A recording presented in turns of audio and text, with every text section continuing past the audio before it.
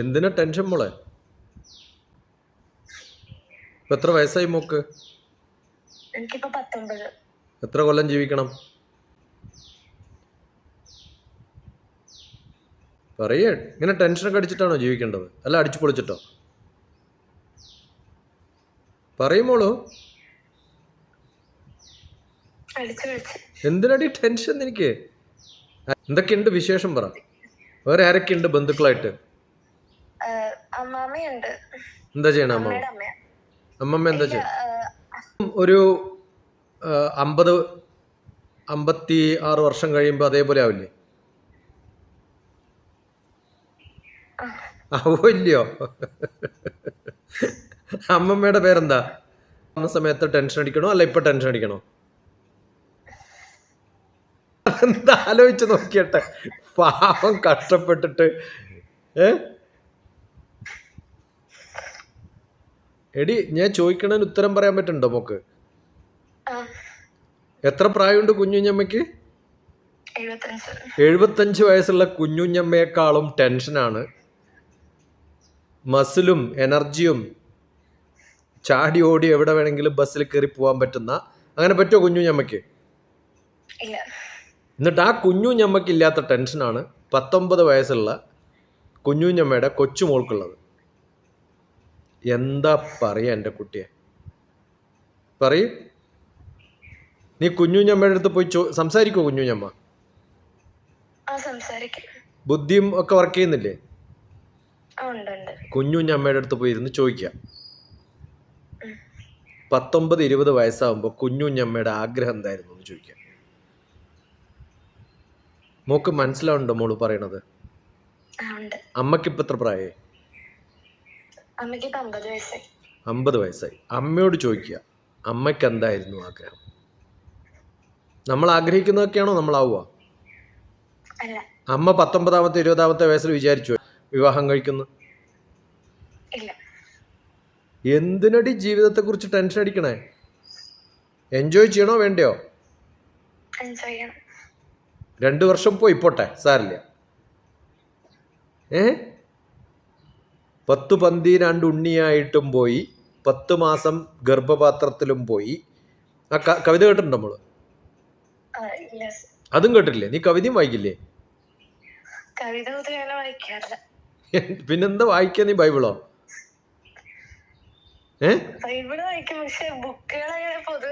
അല്ല എന്റെ കുട്ടിയെ, ബൈബിളിൽ പറഞ്ഞിട്ടുണ്ടോ 19-ാമത്തെ വയസ്സിൽ ടെൻഷൻ അടിച്ച് നടക്കണമെന്ന്? പിന്നെ എന്തിനാ ടെൻഷൻ അടിക്കണേ? നീ വായിക്കുന്ന ഏത് ബുക്കിലാ പറഞ്ഞിട്ടുണ്ടാവുക? എന്റെ മോളെ, അമ്മയാണോ ഇഷ്ടം അച്ഛനാണോ? എന്നിട്ട് രണ്ടാളും പറഞ്ഞത് എനിക്ക് മനസ്സിലാവുന്നില്ല. ആണോ അല്ലയോ?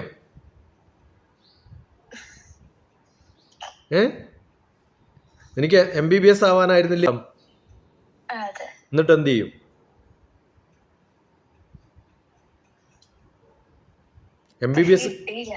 MBBS കഴിഞ്ഞിട്ട് എന്ത് ചെയ്യുന്നു പറ.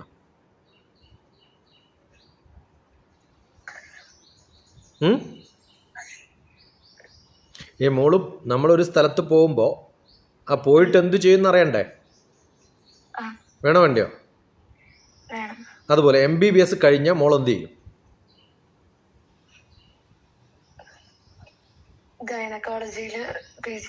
അതെ, ആ PG ചെയ്യണമെങ്കിൽ പിന്നെയും എൻട്രൻസ് ഇല്ലേ? അത് കിട്ടുന്നല്ലോ, ഉറപ്പുണ്ടോ? അന്നും ഇതേപോലെ ടെൻഷൻ അടിക്കുമോ മോള്?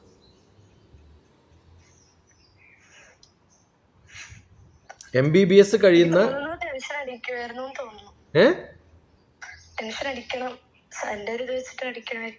എന്തിനടി? ലോകത്തിലെ MBBSും ഗൈനക്കോളജിസ്റ്റും ഒക്കെയാണോ ലോകത്തിലെ ഏറ്റവും സന്തോഷമുള്ളവര്? അൾട്ടിമേറ്റ്ലി എന്താ വേണ്ടേ? ജീവിതത്തിൽ അവസാനം എന്ത് വേണം എന്ന് ചോദിച്ച മോൾ എന്താ പറയാ? അതില്ലാതാക്കാണോ വേണ്ടത്? എന്റെ കുട്ടി, നീ ഒന്ന് ദീർഘശ്വാസത്തിൽ വെള്ളമൊക്കെ കുടിക്കണ്ട കുട്ടിയെ. ടെൻഷൻ അടിക്കല്ലേ? എൻ്റെ ഓഡിയോ കേട്ടപ്പോൾ എനിക്ക് സങ്കടമായി. ഇങ്ങനെയൊക്കെയാണോ മനുഷ്യന്മാർ?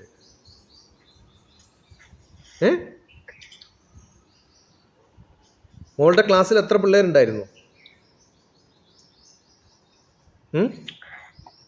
ഒരു 50 പിള്ളേര്. 50 പിള്ളേരും ഡോക്ടറാണ്. 49 ആളുമായിട്ട് മോക്ക് മാത്രമേ ആവാൻ പറ്റാണ്ടുള്ളൂ? അല്ല. പിന്നെ എന്തുകൊണ്ടാ എൻട്രൻസ് എഴുതിയിട്ട് മോക്ക് കിട്ടാത്തതെന്നറിയോ? ഇല്ല. 50 പേർക്കും ഒരു 50 പേരാണ് ഇന്ത്യയിൽ ആകെ 12ാം ക്ലാസ് പാസ്സാവുമെന്ന് വിചാരിക്കുക. 50 പേരും അല്ലെ 50 ലക്ഷം എന്ന് വിചാരിക്കുക. ഈ 50 ലക്ഷം പേർക്കും ചേരാനുള്ള MBBS സീറ്റ് ഉണ്ടാവുമോ? ഇല്ല. അപ്പോൾ കുറച്ച് പേർക്കേ ചേരാൻ പറ്റുള്ളൂ. അവരെങ്ങനെയെങ്കിലും സെലക്ട് ചെയ്യണം, വേണ്ടേ? അതിൽ നിന്ന് MBBS കിട്ടുന്ന എല്ലാവരെയും ഗൈനക്കോളജിസ്റ്റും MDയും MS-ഉം പാത്തോളജിസ്റ്റും സൈക്കോളജിസ്റ്റും ഒക്കെ ആക്കാൻ പറ്റുമോ? അപ്പോൾ അതിലും പിന്നെ ഫിൽട്ടർ ചെയ്തുകൊണ്ടിരിക്കും. എഡ്യൂക്കേഷൻ എന്ന് പറഞ്ഞാൽ കുറേ ഫിൽട്ടറിങ് പ്രോസസ്സാണ്. ആ ഫിൽട്ടറിങ് പ്രോസസ്സ് കഴിഞ്ഞിട്ട് അവസാനം നമ്മൾ കുറച്ച് പേരൊക്കെ ചില സ്ഥലത്തെത്തും, മറ്റു പേരൊക്കെ വേറെ സ്ഥലത്തെത്തും. എല്ലാവർക്കും ഒരേ വണ്ടി കയറാൻ പറ്റില്ലല്ലോ. മനസ്സിലായോ? ഏത് വണ്ടി പോയാലും അവസാനം വേണ്ടത് എന്താണ്?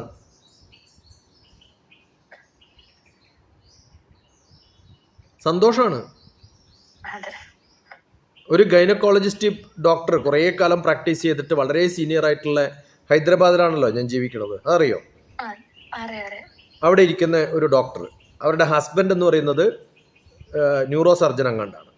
സർജൻ എന്നൊന്നും പറയാൻ പറ്റില്ല, ഒരു അങ്ങനെ പ്രാക്ടീസ് ചെയ്യുന്നത്, വലിയ പ്രസിദ്ധനൊന്നും അല്ല. വൈഫിന് എല്ലാ ദിവസവും കുറേ കാശ് കിട്ടും ഗൈനക്കോളജിയിൽ. കാരണം എല്ലാവർക്കും ഉള്ള അസുഖം പ്രശ്നം ഇതാണല്ലോ, ഗൈനക്കോളജി ആണല്ലോ. ഓക്കെ, മറ്റേ ആൾക്ക് അത്ര ഒന്നും കാശ് കിട്ടില്ല. എല്ലാ ദിവസവും വീട്ടിലടിയാ. ഹസ്ബൻഡും വൈഫും തമ്മിൽ, രണ്ടും ഡോക്ടേഴ്സാണ്, സ്വന്തം ഹോസ്പിറ്റലൊക്കെ ഉണ്ട്. രണ്ടാളും അടിയാ. എന്തിനാ അടി? വൈകുന്നേരം കാശ് എണ്ണുമല്ലോ രണ്ടാളും ഇരുന്ന് മേശയുടെ മുകളില്. എണ്ണി നോക്കുമ്പോ ആർക്കാ അധികം? ഭാര്യക്ക്. എല്ലാ ദിവസവും അടിയാ. ഗൈനക്കോളജിസ്റ്റ് ആയിട്ട് സന്തോഷിക്കാനിരുന്ന, ഞാൻ ആ ഡോക്ടറുടെ പേര് പറയുന്നില്ല, എന്നെ വിളിക്കും ഇടക്ക്. എന്നിട്ട് എന്ത് കഷ്ടമാണെന്ന് ആലോചിച്ചു, ഞാൻ എത്ര കഷ്ടപ്പെട്ടിട്ടാണ് ഈ ഗൈനക്കോളജിസ്റ്റ് ആയത്. ഈ ആലോചിച്ച് കുറേ കാലം കഴിഞ്ഞിട്ട് അങ്ങനെയൊക്കെ ആയാൽ എന്ത് ചെയ്യും? നമ്മൾ വിചാരിക്കുക ഒരു സ്ഥലത്തെത്തിയാൽ നമുക്കവിടെ സന്തോഷം കിട്ടും, അത് കഴിഞ്ഞാൽ സന്തോഷം കിട്ടും എന്നൊക്കെയാണ്. ഓക്കെ, ഞാൻ എന്തിനാ എപ്പോൾ സംസാരിക്കണത്? കാശ് കിട്ടുമെന്ന് വിചാരിച്ചിട്ടാണോ? പ്രസിദ്ധി കിട്ടുമെന്ന് വിചാരിച്ചിട്ടാണോ? എനിക്ക് കുറച്ച് നോളജ് കിട്ടുമെന്ന് വിചാരിച്ചിട്ടാണോ? എന്തിനാ? അതെ, എന്ത് ഹെൽപ്പ് ചെയ്ത് എനിക്കെന്താ കിട്ടുക? അതെ, ആ സംസാരിക്കുമ്പോൾ എനിക്ക് തോന്നുന്ന, നമ്മളൊരു ഒരു ഒരു ജീവിക്ക് ഭക്ഷണം കൊടുക്കുമ്പോൾ ആ ജീവിയുടെ മുഖത്തുണ്ടാവുന്ന സന്തോഷമാണ് നമ്മുടെ സന്തോഷം.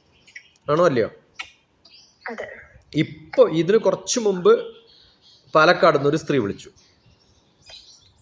ഞാൻ വിചാരിക്കണം ഒന്നുകിൽ പോലീസാവും, അല്ലെങ്കിൽ ടീച്ചറാവും എന്നാണ്, അല്ലെങ്കിൽ പിന്നെ പൊളിറ്റീഷ്യൻ ആവുന്ന വിചാരിക്കാം. വിളിച്ചെന്താ ചോദിക്കാൻ അറിയോ? മോളയച്ച പോലെ ഒരു ഓഡിയോ മെസ്സേജ് ഒന്നും അല്ല. ഞാൻ പാലക്കാട് നിന്നാ, എൻ്റെ മോളെ പിന്നെ അഗ്രികൾച്ചറിന് കിട്ടിയിട്ടുണ്ട്, അത് തമിഴ്നാടാണ് കിട്ടിയിരിക്കണത്, പറഞ്ഞു വിടണോ വേണ്ടയോ? ഇപ്പം ഞാനെന്താ പറയുക, മിഷ്യനാണോ? ഞാൻ ഡിസ്കണക്ട് ചെയ്യുന്നതിന് മുമ്പ് പറഞ്ഞു, കൊച്ചിനോട് ചോദിച്ചിട്ട് ഇതോളാൻ പറഞ്ഞ് ഡിസ്കണക്ട് ചെയ്തു. ഞാൻ ഒരു ദിവസം 100-ലധികം കോള് കിട്ടും ഇങ്ങനെ. വിളിച്ചോണ്ടിരിക്കുമ്പോൾ ഞാൻ ദോശ ഉണ്ടായിക്കൊണ്ടിരിക്കുക, എനിക്ക് കഴിക്കാനുള്ള ബ്രേക്ക്ഫാസ്റ്റ്. നമുക്ക് വേറെ പണിയൊന്നുമില്ലേ? ദേഷ്യം തോന്നോ ഇല്ലയോ? ഇല്ല. അത് കഴിഞ്ഞിട്ട് രണ്ടാമത് ഞാൻ അവരെ വിളിച്ചു. ഭക്ഷണം കഴിച്ച് കഴിഞ്ഞിരിക്കുമ്പോൾ ഈ മോള് വിളിക്കുന്നതിന് തൊട്ട് മുമ്പ് ഞാൻ അവരെ വിളിച്ചു. കാരണം അങ്ങനെ ഒരു മറുത്ത് പറയാൻ പറ്റില്ല എനിക്ക്. എന്തുകൊണ്ടാണ് ഒരു മണിക്കൂർ കഴിഞ്ഞ് വിളിക്കാൻ പറഞ്ഞത്?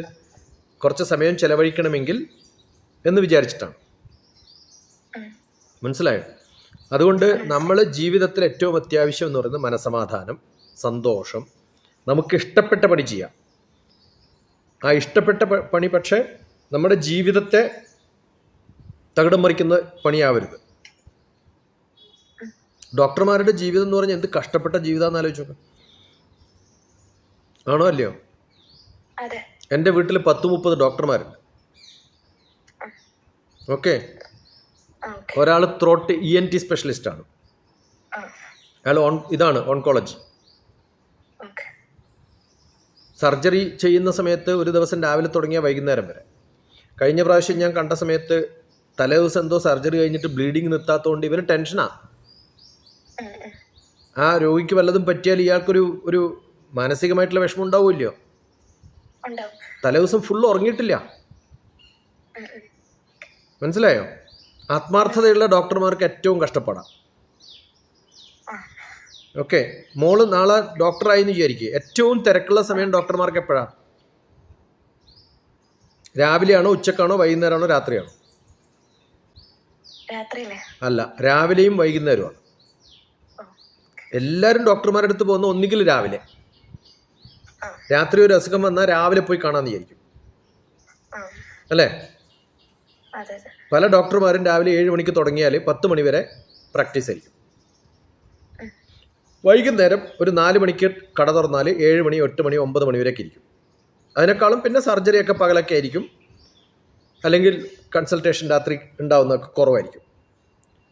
ജീവിതത്തിൽ കുടുംബത്തിൽ ഏറ്റവും സമയം പിള്ളേരുടെ കൂടെ ചിലവഴിക്കേണ്ട സമയം എപ്പോഴാണ്? രാവിലെയും വൈകുന്നേരമാണ്. രാവിലെ മക്കളെ സ്കൂളിൽ അയക്കാൻ, വൈകുന്നേരം വീട്ടിലേക്ക് വരുമ്പോൾ. ഒരു ഡോക്ടറുടെ ജീവിതം ആലോചിച്ചിട്ടുണ്ടോ മോള്? നമ്മൾ ഈ ഭാഗത്തുനിന്നേ കാണുന്നുള്ളൂ, ആ ഭാഗത്തുനിന്ന് ആലോചിച്ച് നോക്കിയട്ടെ. അപ്പോൾ ഏറ്റവും നല്ല പ്രൊഫഷൻ എന്ന് പറയുന്നത് അതാണോ സന്തോഷം? അതെ, ജോലിയാണോ സന്തോഷം? അതെല്ലാവർക്കും അങ്ങനെയാണ്. പല ജോലികൾക്കും നോക്കുമ്പോൾ ഞാൻ ഒരു ഉദാഹരണം ഇത് പറഞ്ഞത് മോളുടെ ലൈൻ അതായതുകൊണ്ടാണ്. അതേസമയത്ത് അമേരിക്കയിൽ ഡോക്ടേഴ്സിന് നല്ലപോലെ പേയ്മെൻ്റ് ഉണ്ട്. ഏറ്റവും കൂടുതൽ പെയ്ഡ് ആയിട്ടുള്ള ഒരു പ്രൊഫഷൻ അമേരിക്കയിൽ ഡോക്ടേഴ്സിനാണ്. വീട്ടിൻ്റെ മുമ്പിൽ ബോർഡ് വെക്കരുത്, ഹോസ്പിറ്റലിൽ മാത്രമേ പ്രാക്ടീസ് ചെയ്യുള്ളൂ. അമേരിക്കയിൽ പല്ലുവേദന വന്നാൽ അപ്പോയിൻമെൻറ്റ് കിട്ടാൻ 1 മാസം വെയിറ്റ് ചെയ്യണം. ആരെങ്കിലും 1 മാസം കഴിഞ്ഞ് പല്ലുവേദനക്ക് ഡോക്ടറെ അടുത്ത് പോകാറുണ്ടോ? വരുമ്പോൾ തന്നെ പോവല്ലേ ചെയ്യുക. ഡോക്ടർമാരുടെ അടുത്ത് പോയാൽ നമ്മൾ കാശ് കൊടുക്കണ്ട, ഇൻഷുറൻസ് കമ്പനിയാണ് കൊടുക്കുക. വളരെ ഹ്യൂജ് എമൗണ്ട് ആയിരിക്കും, 10 ഇരട്ടിയോളം വരും. അതിൽ നിന്നുള്ളൊരു പോർഷനാണ് ഡോക്ടേഴ്സിന് കൊടുക്കുക. എൻറ്റയർലി ഡിഫറെൻറ്റ് പ്രാക്ടീസ്, ഒരു വളരെ സ്മൂത്ത് ആയിട്ടുള്ളൊരു ലൈഫാണ്. ഇന്ത്യയിൽ അങ്ങനെയല്ലല്ലോ. അപ്പോൾ പ്രൊഫഷൻ ഓരോ സ്ഥലത്തും ഓരോ നാട്ടിലും ഓരോ പാരമ്പര്യവും അനുസരിച്ച് വ്യത്യസ്തമാണ്. ഇവിടെ നല്ല ടെൻഷൻ പിടിച്ച പണിയാണ്, മനസ്സിലായോ? നേഴ്സിൻ്റെ ജോലി അതിനേക്കാളും കഷ്ടമാണ്. എപ്പോഴും ജീവിതത്തിൽ അവസാനം വരെ അസിസ്റ്റന്റിന്റെ പണിയാണ്. എപ്പോഴെങ്കിലും അതിൽ ഒരു ഉയർന്ന ഹയർ പ്രൊഫഷനിലെത്തുമോ? നേഴ്സിംഗ് തുടങ്ങിയ നേഴ്സിംഗ് തന്നെ അവസാനം, ഡോക്ടർ എന്ന് പറഞ്ഞാൽ ഡോക്ടർ തന്നെ അവസാനം. വേറെ പണിയൊന്നും കിട്ടില്ല, പ്രൊമോഷൻ ഇല്ല. കുറെ തിരക്കുള്ള ഡോക്ടർ ആവാന്നല്ലാതെ ഡോക്ടർ തന്നെയല്ലേ, നേഴ്സ് തന്നെയല്ലേ. അപ്പോൾ വലിയൊരു പ്രൊഫഷണൽ ഗ്രോത്ത് എന്ന് പറയുന്നത് അവനവൻ കഷ്ടപ്പെടുന്നതിനനുസരിച്ച് കിട്ടും എന്നൊക്കെ പറഞ്ഞാൽ അതൊന്നും ചിലപ്പോൾ നടക്കില്ല. എത്ര കഷ്ടപ്പെട്ടാലും ഒരു ലിമിറ്റിലധികം വളരാൻ പറ്റാത്തൊരു പ്രൊഫഷനുമാണ്. ഓക്കെ. അപ്പോൾ സമാധാനമായിട്ടിരിക്കണം, പക്ഷെ ഒരു പ്രൊഫഷൻ വേണം, പോക്കറ്റിൽ കുറച്ച് കാശ് കിട്ടണം. അതിനൊക്കെ പറ്റിയിട്ടുള്ള വ്യത്യസ്തമായിട്ടുള്ളൊരു ഡോക്ടർ എന്നുള്ളൊരു സ്റ്റാറ്റസും പൊസിഷനൊക്കെ വേണം.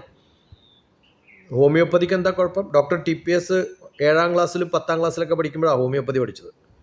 ഗ്രേസ് മെഡിക്കൽ മിഷൻ എന്ന് പറഞ്ഞിട്ട് കോട്ടയത്തൊരു ഒരു കോഴ്സ് ഉണ്ട്. അവർ പുസ്തകം അയച്ചു തരും. ഡിസ്റ്റൻസ് എഡ്യൂക്കേഷൻ പോലെ പഠിച്ചതാണ് ഞാൻ ഹോമിയോപ്പതി. ആ, ഹോമിയോപ്പതി എന്ന് പറഞ്ഞ ഒരു ആയുർവേദ പാരമ്പര്യമുള്ളൊരു വീട്ടിലാണ് ഞാൻ ജനിച്ചത്. അപ്പോൾ നമുക്ക് ഒരു ജീവിതത്തിൽ നല്ലൊരു കാര്യമാണ് ലൈഫ്, അല്ലെങ്കിൽ ജീവിതത്തെക്കുറിച്ചുള്ള പഠനം. എങ്ങനെയാണ് നമ്മൾ ഹെൽത്ത്. ഇന്നിപ്പോൾ ഒരു ക്ലാസ് ഉണ്ട് എനിക്ക്, 11 മണിക്കാണോ 2 മണിക്കാണോ എനിക്കറിയില്ല. ഡൽഹിയിലുള്ള മാളവ്യ ടീച്ചേഴ്സ് ട്രെയിനിങ് ഇൻസ്റ്റിറ്റ്യൂട്ടിൽ, അതൊരു യൂണിവേഴ്സിറ്റിയാണ്, സംസ്കൃതം യൂണിവേഴ്സിറ്റിയിലെ വെൽനെസ്സിനെ കുറിച്ചാണ്, നമ്മുടെ ആരോഗ്യത്തെക്കുറിച്ചുള്ളൊരു ക്ലാസ്സാണ്. ഓക്കെ, ശരീരം നന്നാക്കാനുള്ള വ്യത്യസ്തമായ, അല്ലെങ്കിൽ ശരീരത്തെ പരിപാലിക്കാനുള്ള വ്യത്യസ്തമായ ആരോഗ്യ മേഖലയാണ് അലോപ്പതി എന്ന് പറഞ്ഞാൽ തന്നെ വ്യത്യസ്തമായിട്ടുള്ളൊരു മെഡിക്കൽ സയൻസ്. ഹോമിയോപ്പതി എല്ലാം പതിയിലാണ് അവസാനിക്കുന്നത്. ആയുർവേദം എന്ന് പറയുന്നത് അസുഖത്തിൻ്റെ ട്രീറ്റ്മെൻ്റ് അല്ല, അത് ആരോഗ്യത്തിൻ്റെ ട്രീറ്റ്മെൻറ്റാണ്. അസുഖത്തിനെ അല്ല മാറ്റുക, എന്തിനെ മാറ്റുക? ശരീരത്തിൻ്റെ അവസ്ഥയാണ് മാറ്റുക. ഓക്കെ, നമ്മുടെ ജീവിതത്തിൽ നമുക്ക് അസുഖം എന്ന് പറയുന്നത് സന്തോഷത്തിൻ്റെ, സുഖം എന്നുള്ളതിൻ്റെ ഓപ്പോസിറ്റാണ് അസുഖം. സുഖം എന്ന് പറഞ്ഞാൽ എന്താ? സന്തോഷമല്ലേ? ഇപ്പം മോക്ക് അസുഖാണോ സുഖാണോ? അസുഖമുള്ള ഒരാൾ ഡോക്ടറായാൽ എന്താവും? മനസ്സിലായോ? ഞാൻ എപ്പോഴും ഒരു തമാശ പറഞ്ഞിട്ടുണ്ട്. ഡോക്ടറെ അടുത്ത് പോയിട്ട് രാവിലെ ഒരു അസുഖം പറയാൻ പോയ ഡോക്ടറെ മുഖം കണ്ടിട്ട് രോഗി ചോദിക്കുകയാണ്, ഡോക്ടർക്ക് എന്താ പറ്റിയേ, എന്താ ഇങ്ങനെ സങ്കടമായിട്ടിരിക്കണേ? അങ്ങനെ മോളോട് ചോദിക്കേണ്ടി വന്നാൽ ഒരു അവസ്ഥ ആലോചിച്ച് നോക്കിയട്ടെ. അപ്പൊ ഡോക്ടർ ആവാനുള്ള ആദ്യത്തെ ക്വാളിഫിക്കേഷൻ എന്താ അറിയോ? സന്തോഷമായിട്ടിരിക്കുക എന്നുള്ളതാണ്. എന്ത് പ്രശ്നം ഉണ്ടാവുമ്പോഴും അതിനെ നേരിടാനുള്ള കഴിവുണ്ടാവും. ഓക്കെ, അപ്പോൾ അതില്ലാത്ത ആൾ ഹോമിയോപ്പതി ആയാലും ആയുർവേദ ആയാലും അലോപ്പതി ആയാലും എല്ലാം ഒരുപോലെയാണ്. ഇനി ഇതിൽ ഏറ്റവും പീസ്ഫുൾ ആയിട്ടുള്ള രണ്ട്, ആയുർവേദം എന്ന് പറഞ്ഞാൽ മരുന്നുണ്ടാക്കലും അതിൻ്റെ പ്രിപ്പറേഷൻസും ഒക്കെ ബുദ്ധിമുട്ട് പിടിച്ച പണിയാണ് സ്വന്തം ഉണ്ടാക്കുകയാണെങ്കിൽ. രണ്ടാമത് ഡയഗ്നോസിസിൻ്റെ പ്രോസസ്സുകളിൽ ഇപ്പം ഈ എല്ലാത്തിലും പാത്തോളജി പഠിക്കണം. സിലബസ് ഒക്കെ നോക്കിയോ മോള്? ഏതെങ്കിലും ഡോക്ടറോട് സംസാരിച്ചോ? ഈ വർഷം സംസാരിച്ചായിരുന്നു. കഴിഞ്ഞ തവണ ഞങ്ങളിങ്ങനെ ആദ്യം പ്ലാൻ ഇട്ടപ്പോ ഇങ്ങനെ അടുത്തൊരു ഹോമിയോ ഡോക്ടർ ഉണ്ട്, പുള്ളിക്കാരെ അടുത്ത് സംസാരിച്ചപ്പോ പുള്ളിക്കാരി ഇങ്ങനെ പറയുന്നത് വെച്ചാൽ ഫാമിലിയിൽ ഓൾറെഡി ഒരു ഹോമിയോ ഡോക്ടർ ഉണ്ടെങ്കിൽ നല്ലതാണ്, അല്ലെങ്കിൽ പുള്ളിക്കാരി അങ്ങനെ ഒരു ഇത് പറഞ്ഞില്ലായിരുന്നു. എന്റെ മോളെ, ആദ്യം കോഴിമുട്ട ഉണ്ടാവണോ കോഴി ഉണ്ടാവണോ? പാരമ്പര്യമായിട്ട് മാത്രം ചെയ്യാൻ പറ്റുന്ന ഒരു പണിയാണോ ഹോമിയോപ്പതി? ആ ഡോക്ടറുടെ നമ്പറും പേരും താ, ഞാൻ വിളിച്ച് വഴക്ക് പറയാൻ. ആ ഡോക്ടറുടെ അച്ഛനും മുത്തശ്ശനും ഒക്കെ ഹോമിയോപ്പതി ഡോക്ടർമാരായിരുന്നു. അത് എന്തോ ആയിരുന്നു എന്ന് പറഞ്ഞിട്ട് കാര്യമില്ല. ഞാൻ പറയണത്, എൻ്റെ ബ്രദറ് ഹോമിയോപ്പതിയുടെ ഫുൾ മെഡിസിൻസ് വീട്ടിലുണ്ട്, പക്ഷെ ഡോക്ടറൊന്നുമല്ല. പക്ഷെ അതുകൊണ്ടാണ് എനിക്കൊക്കെ ഹോമിയോപ്പതിയിൽ ഒരു താല്പര്യം തോന്നിയത്. സത്യമാണത്. നമ്മൾ നല്ല പോലെ ഡയഗ്നോസിസ് ചെയ്യാന്ന് വിചാരിക്കുക. ഒരു രോഗിയുടെ ഒരു പൊസിഷനിൽ, ഇപ്പം മോളിരിക്കുന്ന സ്ഥലത്ത് മോക്ക് മാത്രമേ ഇരിക്കാൻ പറ്റുള്ളൂ, വേറൊരു ജീവിക്ക് ഇരിക്കാൻ പറ്റുമോ? അവിടുന്ന് മാറിയാലല്ലേ അവിടെ ഇരിക്കാൻ പറ്റുള്ളൂ. അപ്പൊ ശരീരത്തിൽ എവിടെയെങ്കിലും എന്തോ ഒരു സംഭവം പോയി ഇരിക്കുന്നത് കൊണ്ടാണ് എനിക്കൊരു ബേസിക് ആയിട്ടുള്ള അസുഖം ഉണ്ടാവുന്നത്. അതിനെ അവിടുന്ന് ഡിസ്പൊസിഷൻ ചെയ്താൽ മാത്രമേ എൻ്റെ അസുഖം മാറ്റാൻ പറ്റുള്ളൂ എന്നുള്ള ബേസിക് പ്രിൻസിപ്പിളിലാണ് ഹോമിയോപ്പതി വർക്ക് ചെയ്യുന്നത്. അപ്പോൾ അതിൽ ഏറ്റവും അത്യാവശ്യം വേണ്ട ഡയഗ്നോസിസ് ആണ്. ആ ഡയഗ്നോസിസ് എന്ന് പറയുന്നത് എന്തുകൊണ്ടുണ്ടായി. ഞാൻ മോളോട് സംസാരിച്ച് തുടങ്ങുമ്പോൾ കുറേ ചോദ്യങ്ങൾ ചോദിച്ചു. ഇതൊക്കെ ഈ ചേരാൻ പോകുന്ന കോഴ്സുമായിട്ട് വല്ല ബന്ധമുണ്ടോ എന്ന് ചോദിച്ചാൽ ഒരു ബന്ധമില്ല. പക്ഷെ എന്നാലും ഞാൻ ചോദിച്ചു, എന്താ കാരണം? ബാക്ക്ഗ്രൗണ്ട് അറിഞ്ഞാലേ സജസ്റ്റ് ചെയ്യാൻ പറ്റുള്ളൂ. മനസ്സിലാവുന്നുണ്ടോ? ഓൾറെഡി മോളുടെ അച്ഛൻ ഒരു ഡോക്ടറാണെന്ന് വിചാരിക്കുക, അമ്മ ഗൈനക്കോളജിസ്റ്റ് ആണെന്ന് വിചാരിക്കുക. ഞാൻ പറയുന്നതിൻ്റെ വ്യത്യസ്തമായ ഭാവത്തിലും രൂപത്തിലുമാണ് പറയുക. എന്തായാലും ആവുമല്ലോ. അതുപോലെ മാത്രമേ ഉള്ളൂ നമ്മുടെ പാരമ്പര്യം നമ്മളെ ഇൻഫ്ലുവൻസ് ചെയ്യും കുറച്ച്. എന്ന് വെച്ച് എനിക്കങ്ങനെ ആയിക്കൂടാന്നില്ല. ആ ഒരു കണ്ടുപിടുത്താണ് ഹോമിയോപ്പതി. ആ കൃത്യമായിട്ട് ഒരു രോഗിക്ക് ഇന്ന കാരണം കൊണ്ടാണ് ഇന്ന സ്ഥലത്ത് ഇന്നതുള്ളത് എന്ന് ഡയഗ്നോസ് ചെയ്യാൻ പറ്റിയാൽ അതിനെ തള്ളി മാറ്റാൻ പറ്റും. ആ തള്ളി മാറ്റണമെങ്കിൽ ഞാൻ എത്ര ഫോഴ്സ് ഉപയോഗിക്കണം? ഒരു പാത്രം കേടാണെങ്കിൽ, അല്ലെങ്കിൽ അത് അഴുക്കുണ്ടെങ്കിൽ, കുറച്ച് അഴുക്കുള്ളെങ്കിൽ ഞാനൊരു ലിക്വിഡ് ഉപയോഗിക്കും.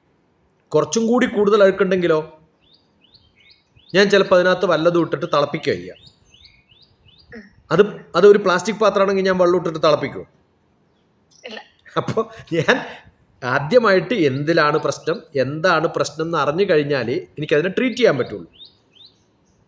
അതുപോലെ നല്ല ഡയഗ്നോസ് ചെയ്യാൻ പറ്റുന്നൊരു ഹോമിയോപ്പതിസ്റ്റിന്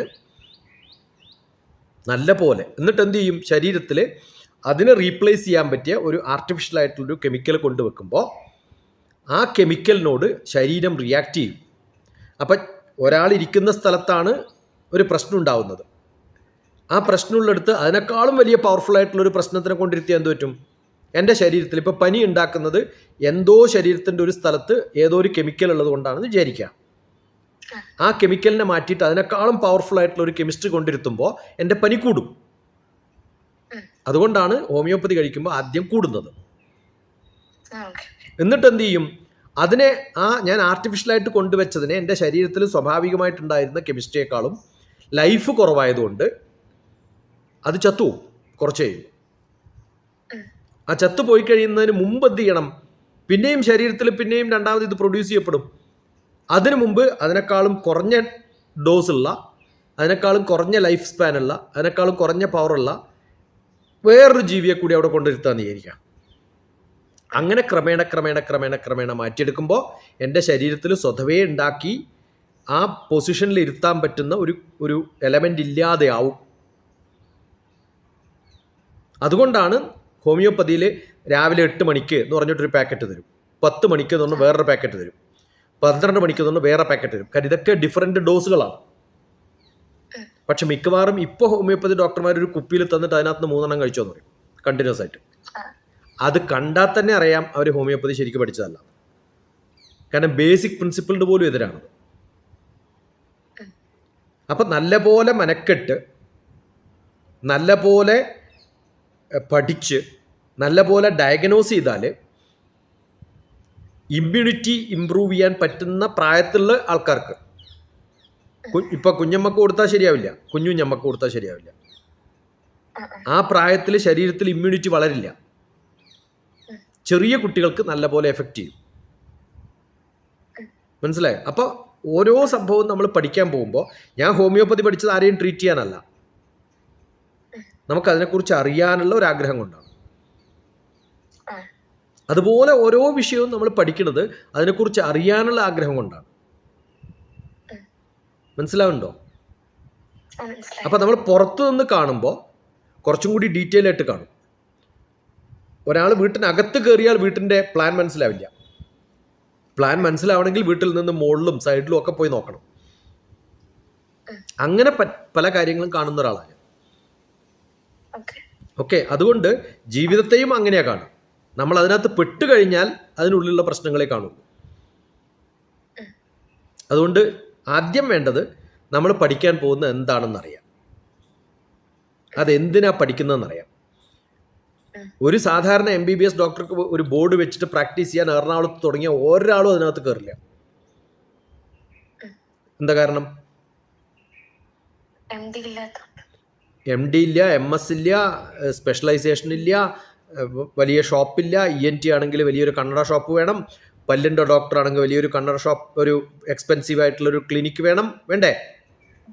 കുറേ മിഷൻസ് വേണം. 1 കോടി രൂപയുടെ എക്സ്പെൻസ് വരും എസ്റ്റാബ്ലിഷ് ചെയ്യാൻ. വരുമോ ഇല്ലയോ? ഒരു ഹോമിയോപ്പതി ഡോക്ടർക്കോ?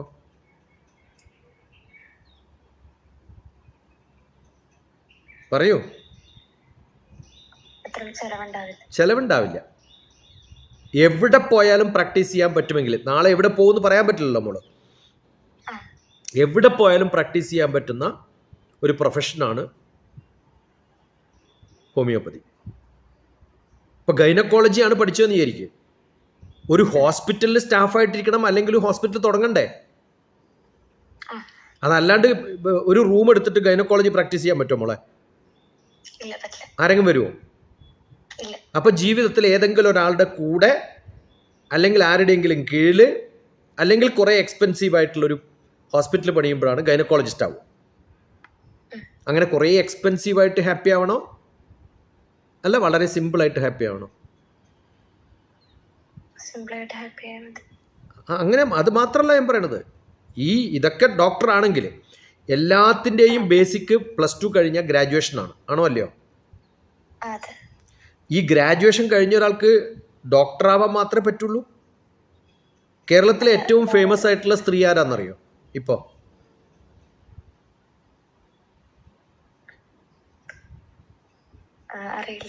മിനിസ്റ്റർമാർ വിട്, ജോബുകളിൽ ഡോക്ടർമാരുടെ പേരുകളിൽ ഡോക്ടർ ആയിട്ടുള്ളതിൽ ഏറ്റവും ഫേമസ് ആയിട്ടുള്ള ഒരു ലേഡി ആരാ? എൻ്റെ കുട്ടി പറഞ്ഞു, ഇത്ര കൃത്യമായിട്ട് പറഞ്ഞു നോക്ക്. അവള് 10ാം ക്ലാസ് കഴിയുന്ന സമയം മുതൽ ഞാൻ അവളെ ഫോളോ ചെയ്യുന്നുണ്ട്. ഞാൻ അവളെന്നൊക്കെ പറയാം. കാരണം എന്താ, ഇപ്പൊ റിയയോട് സംസാരിക്കുന്നത് പോലെ അന്ന് സംസാരിക്കാൻ പറ്റുന്ന എൻ്റെ കുട്ടിയായിരുന്നു. മനസ്സിലായോ? 12ാം ക്ലാസ് കഴിഞ്ഞപ്പോൾ ഏറ്റവും നല്ല മാർക്ക് കൂടി 10ാം ക്ലാസ്സും 12ാം ക്ലാസ്സിലൊക്കെ നല്ല റാങ്ക് കിട്ടിയിട്ടുള്ള ISROയിൽ സയൻറ്റിസ്റ്റ് ഒരു എംപ്ലോയിയുടെ മകളാണ്.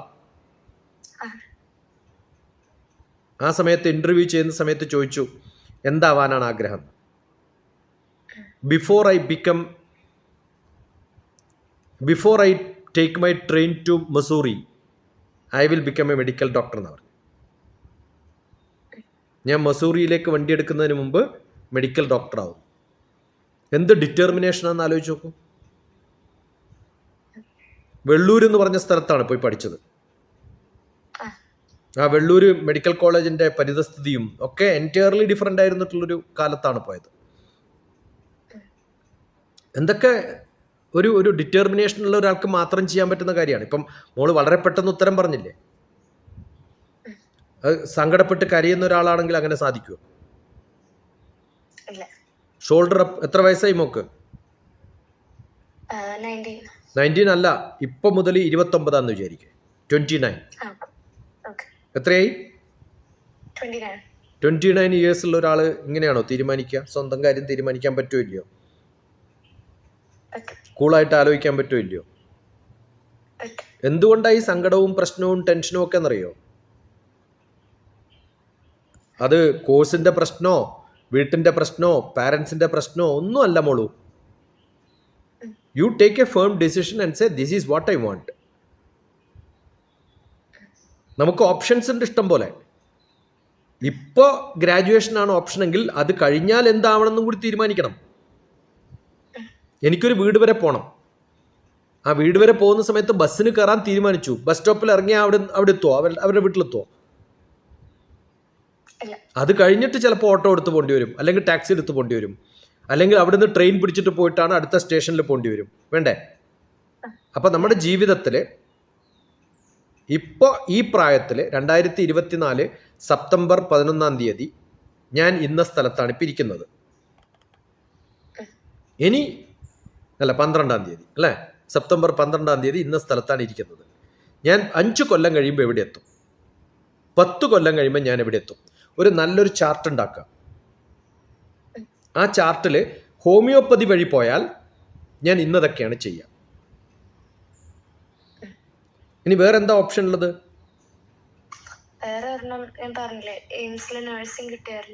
നഴ്സിംഗിന് പോയാൽ ഞാൻ എന്താണ് എവിടെയാ എത്തുക?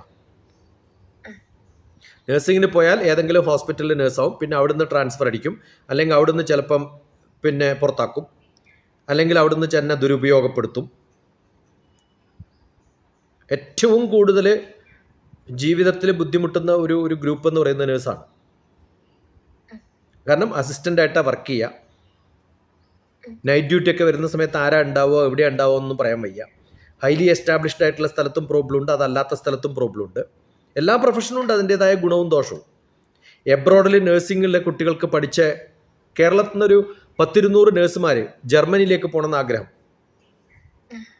അവരൊക്കെ ജർമ്മൻ ഭാഷ പഠിപ്പിക്കുന്നൊരു സെൻ്റർ ഉണ്ട്.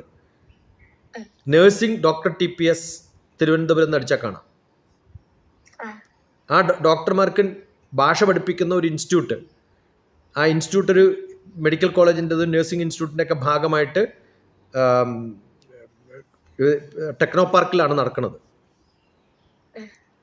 അവരെ ഫണ്ട് ചെയ്യുന്നത് ജർമ്മനിയിലുള്ള ഒരു ഇൻസ്റ്റിറ്റ്യൂട്ടാണ്. അവിടുത്തെ റിക്രൂട്ട്മെൻറ്റ് ഏജൻസിയാണ്. ഒരു കാശും കൊടുക്കണ്ട. നഴ്സിംഗ് കഴിഞ്ഞാൽ 6 മാസം ഫ്രീ ഭക്ഷണം, ഫ്രീ താമസം, ജർമ്മൻ ഭാഷയും പഠിപ്പിക്കും. എന്തിനാ പഠിപ്പിക്കണേ? അവരെ റിക്രൂട്ട് ചെയ്താൽ ആ റിക്രൂട്ട് ചെയ്യപ്പെടുന്ന 30 പേരെ നേഴ്സിനെ അയച്ചു എന്ന് വിചാരിക്കും. അവരുടെ പേരിൽ 1 ലക്ഷം വീതം കിട്ടിയാൽ 30 ലക്ഷം കിട്ടി. അത്രയൊക്കെ ചിലവ് വരുള്ളൂ. പക്ഷെ ഇതൊക്കെ ഫ്രീ കൊടുക്കുന്നതുകൊണ്ട് കേരളത്തിലെ കുറേ ആൾക്കാർ പോയിട്ട് അവിടെ പഠിക്കും. ഇൻ്റർവ്യൂ വന്ന സമയത്ത് അവരൊക്കെ ചാടിപ്പോവും. ഒരാൾക്കും അങ്ങോട്ട് പോകണ്ട. 6 മാസം ഭക്ഷണം ഫ്രീ, താമസം ഫ്രീ, ജർമ്മൻ ഭാഷയും പഠിച്ചു. അങ്ങനെയായ ഈ ഏജൻസിക്ക് പിന്നെ അടുത്ത വർഷത്തേക്കുള്ള 30 ലക്ഷത്തിനുള്ള ലൈസൻസ് അല്ലെങ്കിൽ അതിനുള്ള പെർമിറ്റ്, അതിനുള്ള ആൾക്കാർ, അതിനുള്ള ഫണ്ടിങ് ജർമ്മനിയിൽ നിന്ന് കിട്ടുമോ? കിട്ടില്ല. അപ്പോൾ അവർക്ക് എൻ്റെ ഒരാഗ്രഹം ഡോക്ടർ TPS പോയിട്ട് ഈ നഴ്സിംഗ് കുട്ടികളെയൊക്കെ ഒന്ന് മോട്ടിവേറ്റ് ചെയ്ത് ജർമ്മനിയിൽ പോകുന്ന ജീവിതം നല്ലതാണെന്ന് പറഞ്ഞ് മനസ്സിലാക്കിപ്പിച്ച് അവരെ പോളിഷ് ചെയ്യണം. ഞാൻ ആ പണി ചെയ്യണോ വേണ്ടോ എന്നെ വിളിച്ചാൽ ഞാൻ പോയി ഞാൻ അവരോട് സംസാരിക്കുന്ന 2 ക്ലാസ്സുകൾ കാണാം. അപ്പം നഴ്സിംഗ് മോശമെന്നല്ല ഞാൻ പറയുന്നത്. നമ്മൾ ജീവിതത്തിൽ ജർമ്മനി പോയാൽ എന്താവും? ഇവരൊക്കെ ഒരു എക്സ്പെക്റ്റേഷൻ എന്ന് പറയുന്നത് എബ്രോഡിൽ എവിടെയെങ്കിലും പോയി നേഴ്സ് ആവണം. കാരണം ഈ കേരളത്തിലുള്ള സ്ഥിതിയല്ല. ഇപ്പോൾ ഹൈദരാബാദിൽ നോക്കിയാൽ ഏറ്റവും കൂടുതൽ നഴ്സിംഗ് സ്റ്റുഡൻസ് വരുന്നത് കേരളത്തിൽ നിന്നാണ്. അവിടുത്തെ പല നഴ്സിംഗ് സ്കൂളിലെ പ്രിൻസിപ്പൽമാരെ എനിക്കറിയാം. ഓക്കെ, അവരൊക്കെ പറയുന്നത് കേരളത്തിൽ നിന്നാണ് കുട്ടികൾ വരിക. അപ്പോൾ കേരളത്തിലുള്ള കുട്ടികളൊക്കെ നല്ല നഴ്സുമാരാവാൻ പറ്റിയവരാണ് എന്നവർക്കറിയാം. അതുകൊണ്ട് ആ ഒരു പ്രൊഫഷൻ നല്ലതാണോ എന്ന് ചോദിച്ചാൽ ആ രൂപത്തിൽ പോയാൽ ഞാൻ എവിടെ എത്തും, എവിടേക്ക് എത്താം എനിക്ക്. ഇപ്പം ഞാൻ ലാസ്റ്റ് പോയത് യൂറോപ്പിൽ പോയ സമയത്ത് കുറേ നേഴ്സുമാർ കേരളത്തിൽ നിന്ന് പോയിട്ട് സെറ്റിൽ ചെയ്തിട്ടുള്ളൊരു സ്ഥലം, നോർത്ത് ആംപ്റ്റൺ എന്ന് പറയുന്ന സ്ഥലത്ത്. അവരുടെ ഹസ്ബൻഡ്സ് ചെയ്യുന്ന പല ജോലികളും അവരുടെ വീട്ടിലായിരുന്നു എനിക്ക് ഭക്ഷണമൊക്കെ. North Hampton UK doctor TPS നടിച്ചാൽ കാണാം. അവരുടെ ഹസ്ബൻഡ്സ് ചെയ്യുന്ന കുറേ ട്യൂഷൻ ഒരു സെൻറ്റർ നടത്തുന്നുണ്ട്. ആ ട്യൂഷൻ സെൻറ്ററിൻ്റെ അവരുടെ ഹസ്ബൻഡിന് അത്രയൊക്കെ ഉള്ളൂ ജോലി. പല സ്ഥലങ്ങളും ചെറിയ ചെറിയ ജോലികളൊക്കെയാണ്. മെയിൽ നേഴ്സുമാരെയും കല്യാണം കഴിച്ചിട്ടുള്ളവരുണ്ട് അവിടെ. ഓക്കെ, അവരുടെ ജീവിതം എന്ന് പറഞ്ഞാൽ നല്ലതാണ്. അവരുടെ മക്കളെന്താവും നല്ലതാണ്, അവിടെ തന്നെ ജീവിക്കാം. പക്ഷെ നമ്മൾ ഈ എറണാകുളം സിറ്റിയിൽ നിന്ന് ഏതെങ്കിലും ഒരു നാട്ടിൽ പോയിട്ട് ആ ഒരു തണുപ്പുള്ള രാജ്യത്ത് അല്ലെങ്കിൽ ആ ഒരു മനുഷ്യൻ ആ ഒരു ചെറിയൊരു സെറ്റിൽമെൻറ്റിലോട് കൂടെ ജീവിച്ച് നശിപ്പിക്കണോ, അതോ നമുക്ക് വലിയ ഹോപ്പോടുകൂടി ഇപ്പം മോള് പറഞ്ഞ ദിവ്യ S. അയ്യർ എന്ന് പറയുന്ന ഒരു നിലയിലേക്ക് ഉയരണമെന്ന് ആലോചിക്കാം. അപ്പം എന്ത് പഠിച്ചാലാണ് എനിക്ക് അങ്ങനെ എൻ്റെ എക്സ്പെക്റ്റേഷൻസ്, ഞാൻ ബസ്സിൽ കയറിയാലും ഓട്ടോറിക്ഷയിൽ കയറിയാലും ബസ് സ്റ്റോപ്പിൽ ഇറങ്ങുകയല്ല എൻ്റെ ലക്ഷ്യം. അവിടെ നിന്ന് മുന്നോട്ട് എങ്ങനെ പോകണമെന്നും കൂടി പ്ലാൻ ചെയ്യുമ്പോൾ നമ്മുടെ ജീവിതത്തിന് കുറച്ചും കൂടി വെളിച്ചം വരും. അത് ഈ നഴ്സിംഗ് ആയാലും പറ്റും, ഈ പറഞ്ഞ ജോലികളിലൊന്നും പോകണമെന്നില്ല. നഴ്സിംഗ് കഴിഞ്ഞാലും സിവിൽ സർവീസ് എഴുതാം, ഹോമിയോപ്പതി കഴിഞ്ഞാലും സിവിൽ സർവീസ് എഴുതാം, മെഡിക്കൽ സയൻസ് കഴിഞ്ഞാലും MBBS കഴിഞ്ഞാലും സിവിൽ സർവീസ് എഴുതാം. പക്ഷെ അതിന് ഈ പഠിക്കുന്നത് പോലെ പഠിച്ചാൽ പോരാ. അവനവൻ്റെ ഇംഗ്ലീഷ് ഇമ്പ്രൂവ് ചെയ്യണം, ജനറൽ നോളജ് ഇമ്പ്രൂവ് ചെയ്യണം, കമ്മ്യൂണിക്കേഷൻ സ്കിൽ ഇമ്പ്രൂവ് ചെയ്യണം. ഞാൻ മോളോട് ചോദിച്ച ഓരോ ചോദ്യത്തിനുള്ള ചോദ്യം ഉണ്ടല്ലോ, ഞാൻ പടപടാന്ന് ചോദ്യം ചോദിക്കുമ്പോൾ ഒരു സെൻറ്റൻസിലെ ഉത്തരം പറയണേ ആണോ അല്ല ഒരു വാക്കിലാണോ?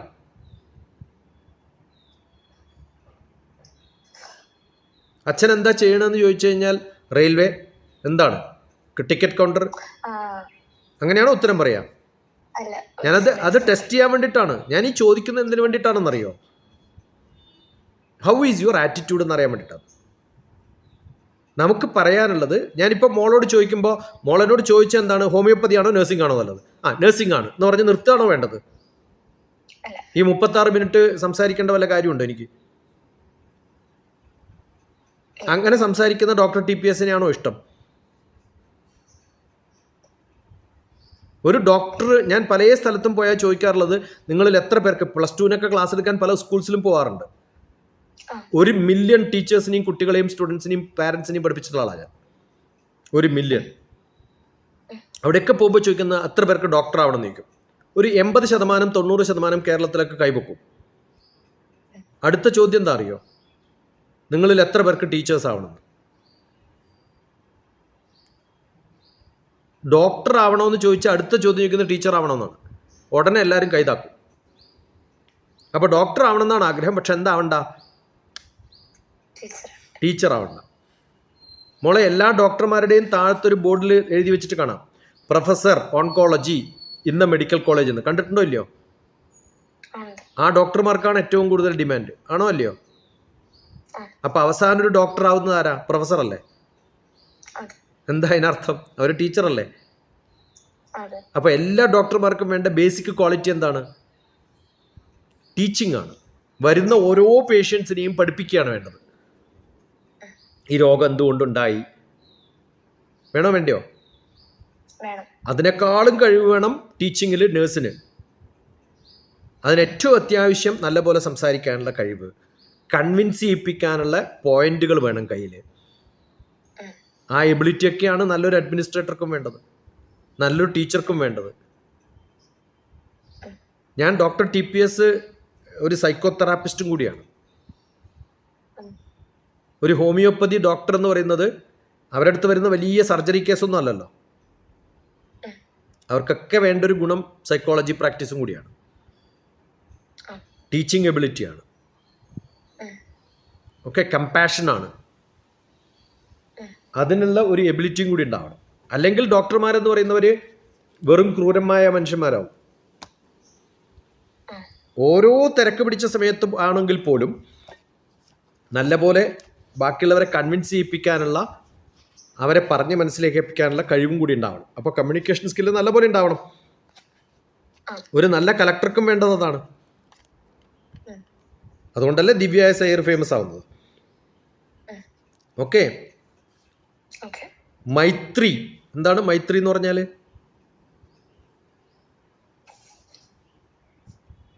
മിത്രം എന്ന് പറഞ്ഞാൽ എന്താ? മൈത്രി എന്ന് പറഞ്ഞാലോ? മിത്രത്തെ ഉണ്ടാക്കാനുള്ള കഴിവിനെയാണ് മൈത്രി എന്ന് പറയാം. ഓക്കെ. കാരുണ്യം എന്ന് പറഞ്ഞാൽ എന്താ? അതെ. മൈത്രി കാരുണ്യമർത്തേഷു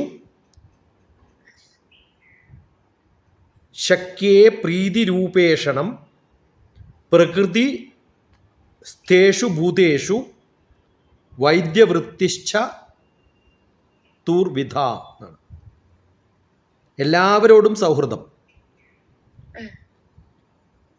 രോഗികളോട് കാരുണ്യം, വൈദ്യവൃത്തിയോടുള്ള ആദരവ്, സർവചരാചരങ്ങളോടും വളരെ ഫിലോസഫിക്കലായിട്ട് തത്വചിന്താപരമായിട്ടുള്ള സമീപനം, ഫിലോസഫിക്കൽ ട്രീറ്റ്മെൻറ്റ്. ചാവെന്ന് പറഞ്ഞാൽ ഒരാൾ ചാവെന്ന് പറഞ്ഞാൽ എന്നാൽ നിങ്ങൾ ചത്തു പോകുന്ന ആളെ എന്തായാലും നിങ്ങൾ ചാവാൻ പോവാണെന്ന് ഒരു ഡോക്ടർ പറയോ? ഫിലോസഫിക്കലായിട്ട് പറയണ്ടേ? മനസ്സിലാവുന്നുണ്ടോ? ഈ കഴിവുകളൊക്കെ ഉള്ള ആൾക്കാണ് വൈദ്യവിത്ത് പറ്റുക. അപ്പോൾ MBBS കിട്ടാത്തതുകൊണ്ടുള്ള ദുഃഖമൊന്നും വേണ്ട. ഇതൊന്നും ഉണ്ടായിട്ടല്ലല്ലോ ഡോക്ടർ TPS ഇപ്പം സംസാരിക്കുന്നതാണോ? അല്ല. എൻ്റെ അടുത്ത് വരുന്ന എത്രയോ രോഗികളുണ്ടെന്നറിയോ, പല അസുഖങ്ങളും പറഞ്ഞിട്ട്. അത് ഞാൻ സൈക്കോളജിസ്റ്റ് ആയതുകൊണ്ട് മാത്രമല്ല. എന്തുകൊണ്ടാ? ഞാൻ അറിയപ്പെടുന്നത് എൻ്റെ പ്രഭാഷണങ്ങളിലൂടെയും. അപ്പോൾ അത്യാവശ്യമായിട്ട് ആൾക്കാരെ മനസ്സിലാക്കാനും ലോകത്തെ മനസ്സിലാക്കാനും ഫിലോസഫി അറിയാനും, ഡോക്ടർ ഓഫ് ഫിലോസഫി എന്നാണ് PhD എന്ന് പറയാം. ഞാൻ ഡോക്ടറാണല്ലോ, ഡോക്ടർ ഓഫ് ഫിലോസഫി എന്നാണ്. എന്താണ്? നല്ല പോലെ കാര്യങ്ങൾ പറഞ്ഞ് കൺവിൻസ് ചെയ്യിപ്പിക്കാനുള്ള കഴിവുണ്ടാവും. അങ്ങനെ ആ വഴിയിലൂടെ നീങ്ങാം, അഡ്മിനിസ്ട്രേറ്ററിലൂടെ നീങ്ങാം. ഞാൻ റിട്ടയർ ചെയ്തത് ഏത് ഡിപ്പാർട്ട്മെന്റ് എന്നറിയോ നമുക്ക്? IAS ആയ ഏറ്റവും ടോപ്പ് പൊസിഷനിൽ എത്തിയാൽ ഏത് ഓഫീസിലാണ് വർക്ക് ചെയ്യാന്നറിയോ? ഇപ്പൊ ദിവ്യ എസ് അയ്യർ IAS ആണ്. അവൾക്ക് ഏത് പൊസിഷനിൽ എത്തണം എന്ന് ആഗ്രഹം ഉണ്ടാവേണ്ടത്? ഏറ്റവും മുന്തിയ IAS ഓഫീസർ ആവണമെന്നല്ലേ? അപ്പൊ അവർക്കും ഉണ്ടാവുമല്ലോ പ്രൊമോഷൻ കിട്ടി. ആദ്യം തന്നെ ജില്ലാ കളക്ടർ ആവോ? ഇല്ല. അസിസ്റ്റന്റ് കളക്ടർ ആവും, പിന്നെ കളക്ടർ ആവും, അത് കഴിഞ്ഞ സെക്രട്ടറി ആവും, അത് കഴിഞ്ഞ ഹോം സെക്രട്ടറി ആവും. ഏറ്റവും നല്ല പൊളിറ്റീഷ്യൻ കേരളത്തിൽ ചീഫ് മിനിസ്റ്റർ ആവും. കേരളത്തിലെ ചീഫ് മിനിസ്റ്ററുടെ ആഗ്രഹം യൂണിയൻ മിനിസ്റ്റർ ആവണം, പ്രൈം മിനിസ്റ്റർ ആവണം എന്നാവണം, വേണ്ടേ? അതുപോലെ കേരളത്തിൽ IASന്റെ ഏറ്റവും ടോപ്പ് എത്തുന്ന ആളുടെ പേരെന്താ? Chief secretary. ചീഫ് സെക്രട്ടറിയുടെ ആഗ്രഹം എന്തായിരിക്കും? ഇന്ത്യയുടെ ടോപ്പ് മോസ്റ്റ് ഓഫീസിൽ ക്യാബിനറ്റ് സെക്രട്ടറിയിൽ ക്യാബിനറ്റ് സെക്രട്ടറി ആവണമെന്ന്. IPS ആഗ്രഹം എന്തായിരിക്കും? കേരളത്തിൽ DGP ആവണം. ADGP ആയാൽ മതിയോ? പോരാ, DGP ആവണം. DGPയുടെ ആഗ്രഹം എന്തായിരിക്കും? സെൻട്രൽ ഗവൺമെൻറ്റിൽ ഇൻ്റലിജൻസിൻ്റെ ചീഫ് ആവണം, CBIയുടെ ഡയറക്ടർ ആവണം. അങ്ങനെയൊക്കെയാണ് അവരുടെ ആഗ്രഹം. അങ്ങനെ ജീവിതത്തിൽ പ്രൊമോഷൻ കിട്ടിപ്പോണമെന്നല്ലേ ആഗ്രഹം ഉണ്ടാവേണ്ടത്. അതുപോലെ നമ്മൾ ഒരു വഴിയിൽ പോകുമ്പോൾ ഇന്നടുത്തൊക്കെ പോകണം, ഇന്നതൊക്കെ ആവണം എന്നൊക്കെ ആഗ്രഹം ഉണ്ടാക്കി വെക്കുക. ആവോ ഇല്ലയോ എന്നുള്ള വേറെ കാര്യം. ചിലപ്പോൾ ആവും, ചിലപ്പോൾ ആവില്ല. അപ്പോൾ ഹോമിയോപ്പതി പഠിച്ചാൽ ഞാൻ എന്തൊക്കെ ചെയ്യാൻ പറ്റും, നഴ്സിംഗ് പഠിച്ചാൽ എന്തൊക്കെ ചെയ്യാൻ പറ്റും. ഡോക്ടർ TPS ക്യാബിനറ്റ് സെക്രട്ടേറിയറ്റിൽ ഡെപ്യൂട്ടി ഡയറക്ടറായിട്ടാണ് റിട്ടയർ ആയത്. റിട്ടയർമെന്റ് എടുത്തതാണ് പ്രൈം മിനിസ്റ്ററുടെ ഓഫീസിൽ നിന്ന്. എന്തിനാ? മോളെപ്പോലെയുള്ള കുട്ടികളെ ഗൈഡ് ചെയ്യണം എന്നുള്ള ആഗ്രഹം കൊണ്ട് മാത്രം. അത് കാശ് കിട്ടും, പൊസിഷൻ കിട്ടും എന്ന് വിചാരിച്ചിട്ടല്ല, അറിവ് കിട്ടും എന്ന് വിചാരിച്ചിട്ടല്ല. ഇതൊക്കെ ആർക്കെങ്കിലും ഉണ്ടാക്കി കൊടുക്കാൻ പറ്റുമോ എന്നുള്ളൊരു ശ്രമത്തിലാണ്. അപ്പൊ എൻ്റെ കുട്ടിയാണോ? നല്ലോണം പഠിക്കുമോ? വലിയ ഹോപ്പോട് കൂടി പഠിക്കുക. എൻ്റെ ഡോക്ടർ TPSൻ്റെ civil service prelims handbook വളരെ റിലാക്സ്ഡ് ആയിട്ട് പഠിക്കാൻ പറ്റുന്ന കോഴ്സാണ് ഹോമിയോപ്പതി. അത്ര ടെൻഷനൊന്നും ഉണ്ടാവില്ല. പക്ഷെ ഒരു ഡിഗ്രി ഉണ്ട്, ഡോക്ടറാണ്, വേണമെങ്കിൽ ഇൻഡിവിജ്വലായിട്ട് പ്രാക്ടീസ് ചെയ്യാം. അപ്പനും അമ്മയും അതാണ് റെക്കമെൻഡ് ചെയ്യണത്. ആണോ അല്ലയോ? കുഞ്ഞുഞ്ഞമ്മയോടും ചോദിക്കും പോയിട്ട്. കുഞ്ഞുഞ്ഞമ്മയും പറയും ഡോക്ടറാണോ. ആഗ്രഹം ഉണ്ടാവില്ലേ അമ്മമ്മയ്ക്കും? ഉണ്ടാവും. അപ്പോൾ ആ ചാൻസ് എന്തിനാ കളയണേ? സ്വന്തമായിട്ട് ഇൻഡിപെൻഡൻ്റ് ആയിട്ട് നമുക്ക് പ്രാക്ടീസ് ചെയ്യാൻ പറ്റുന്ന ഒരു ചാൻസ് കയ്യിൽ കിട്ടുമ്പം വേറെ ഏതെങ്കിലും ഒരാളുടെ അസിസ്റ്റൻ്റ് ആയിട്ട് നേഴ്സായിട്ട് ജീവിക്കണം? പറയൂ, ഏതാ നല്ലത് പൊസിഷൻ? ഇൻഡിപെൻഡൻ്റ് ആയിട്ട് ഡോക്ടറായിട്ട് ഇരിക്കുന്നതാണോ നല്ലത്, അല്ല വേറൊരാളുടെ അസിസ്റ്റൻ്റ് ആയിട്ട് അവരെ സപ്പോർട്ട് ചെയ്തുകൊണ്ടിരിക്കുന്നതാണോ നല്ലതെന്ന് ആലോചിക്കുക. തീരുമാനമായോ? ഞാനൊരു ഡൗട്ട് ചോദിച്ചോട്ടെ? കുറേ ചോദിക്കുന്നേ, ഒന്ന് മാത്രല്ല. അത് അല്ല, ചില ആൾക്കാർ എന്തുകൊണ്ട് തന്നെ പിന്നെ സ്യൂഡോ സയൻസ് എന്നൊക്കെ വിളിക്കുന്നത്? സ്യൂറോ അല്ല സാറല്ല, ഡോക്ടർ TPS. ഡോക്ടർ TPS എന്തുകൊണ്ടാണ് ചില ആളുകളൊക്കെ സ്യൂഡോ സയൻസ് എന്നൊക്കെ പറയുന്നത്? അത് ഫുൾ സയൻസ് അല്ല, അനുഭവത്തിലൂടെ മാത്രം ഉണ്ടാവുക. ഭക്ഷണം കഴിച്ചാൽ ദഹിക്കും എന്ന് കൃത്യമായിട്ട് സയൻസ് മനസ്സിലാക്കിയിട്ടാണോ മോള് ഭക്ഷണം കഴിക്കുന്നത്? അല്ല. അത് അറിഞ്ഞാലേ ഞാൻ കഴിക്കുള്ളൂ എന്ന് പറയാൻ പറ്റുമോ? അത് സയൻസ് അല്ലേ? ഭക്ഷണം കഴിച്ചാൽ ദഹിക്കും എന്നുള്ളത് അതെ. മോക്ക് അമ്മയോട് സ്നേഹമുണ്ടോ? കാണിച്ചു തരാൻ പറ്റുമോ വേറൊരാൾക്ക്? പ്രകടിപ്പിച്ചിട്ട് അനുഭവിക്കുന്നത് ഉള്ളിലുണ്ടോ ഇല്ലയോ, അല്ല അഭിനയിക്കുകയാണോ എന്ന് എനിക്ക് കണ്ടുപിടിക്കാൻ പറ്റുമോ? മനസ്സിലാവുണ്ടോ പറയണത്? അങ്ങനെ പലതും നമ്മൾ സാക്ഷാത് അനുഭവ നിർദ്ദിഷ്ടോ ന ശ്രുതോ ന ഗുരുദർശിത ലോകാനാം ഉപകാരായ, രണ്ട് തരത്തിലുള്ള സയൻസ് ഉണ്ട്. ഒന്ന് ലോകത്തിന് ഉപകാരമുള്ള സയൻസാണ്. ഒരു ഡാൻസ് കണ്ടാൽ എനിക്ക് സന്തോഷം ഉണ്ടാവും. എല്ലാവർക്കും എല്ലായ്പ്പോഴും ഡാൻസ് കണ്ടാൽ സന്തോഷം ഉണ്ടാവണമെന്നുണ്ടോ? അപ്പൊ എല്ലായ്പ്പോഴും എല്ലായിടത്തും നടക്കുന്നത് മാത്രം സയൻസ്, അതല്ലാത്തത് സയൻസ് അല്ല എന്ന് പറയുന്നു. നമുക്ക് 9 പ്ലാനറ്റ് ഉണ്ടായിരുന്നു ഞങ്ങളൊക്കെ കുട്ടികളാകുമ്പോൾ പഠിച്ചത്. ഇപ്പൊ മോള് പഠിക്കണതോ 8 പ്ലാനറ്റേ ഉള്ളതാണ്. ഒരു പ്ലാനറ്റ് എവിടെ പോയി? ഒരു കാലത്ത് 9 പ്ലാനറ്റാണ് സയൻസ്, ഇപ്പോൾ 8 പ്ലാനറ്റാണ് സയൻസ്. കുറച്ചും കൂടി അധികം അറിവുണ്ടാവുമ്പോൾ, കുറച്ചും കൂടി ക്ലിയർ ആയിട്ട് മനസ്സിലാക്കുമ്പോൾ മനസ്സിലായി, ഓ ഇത് ശരിയല്ല എന്ന് വെച്ചിട്ട് അതുവരെ പഠിച്ചതൊക്കെ മണ്ടത്തരാന്ന് പറയാൻ പറ്റില്ല. അന്ന് എൻ്റെ അടുത്ത് ഉണ്ടായിരുന്ന എക്യുപ്മെന്റ്സ് ഉപയോഗിച്ചിട്ട് ഞാൻ കാണുമ്പോൾ അതങ്ങനെയായിരുന്നു. അതുകൊണ്ട് വല്ല കുഴപ്പമുണ്ടായോ നമുക്ക്? ഭഗവാൻ അല്ലെങ്കിൽ ദൈവം അല്ലെങ്കിൽ ഈശ്വരൻ എന്ന് പറയുന്നത് ഉണ്ടെന്നുള്ള സങ്കല്പമാണ്. മോളെ കയ്യിലുള്ള ഫോണാണെന്ന് വിശ്വസിക്കുന്നുണ്ടോ, അല്ല അറിവുണ്ടോ?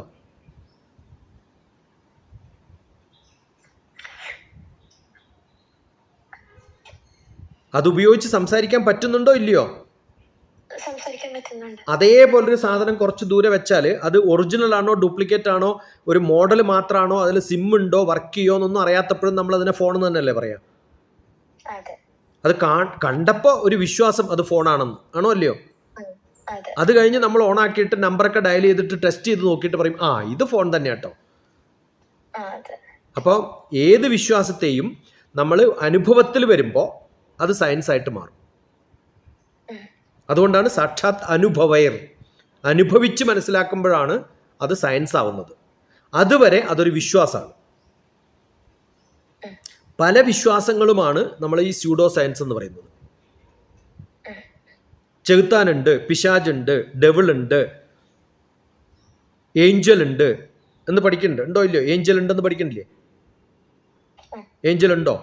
കണ്ടിട്ടുണ്ടോ ഇതുവരെ? ഇല്ല. അമ്മയുടെ പേരെന്താ? ആരാ പറഞ്ഞത് തൻ്റെ അമ്മയാണെന്ന്? താൻ കണ്ടിട്ടുണ്ടോ അത് അമ്മയാവണത്? തൻ്റെ അച്ഛൻ അച്ഛനാവണമെന്ന് താൻ കണ്ടിട്ടുണ്ടോ? ആരോ പറഞ്ഞു വിശ്വസിച്ചു എന്നല്ലേ ഉള്ളൂ. തന്നെ പറ്റിച്ചതാണെങ്കിലോ?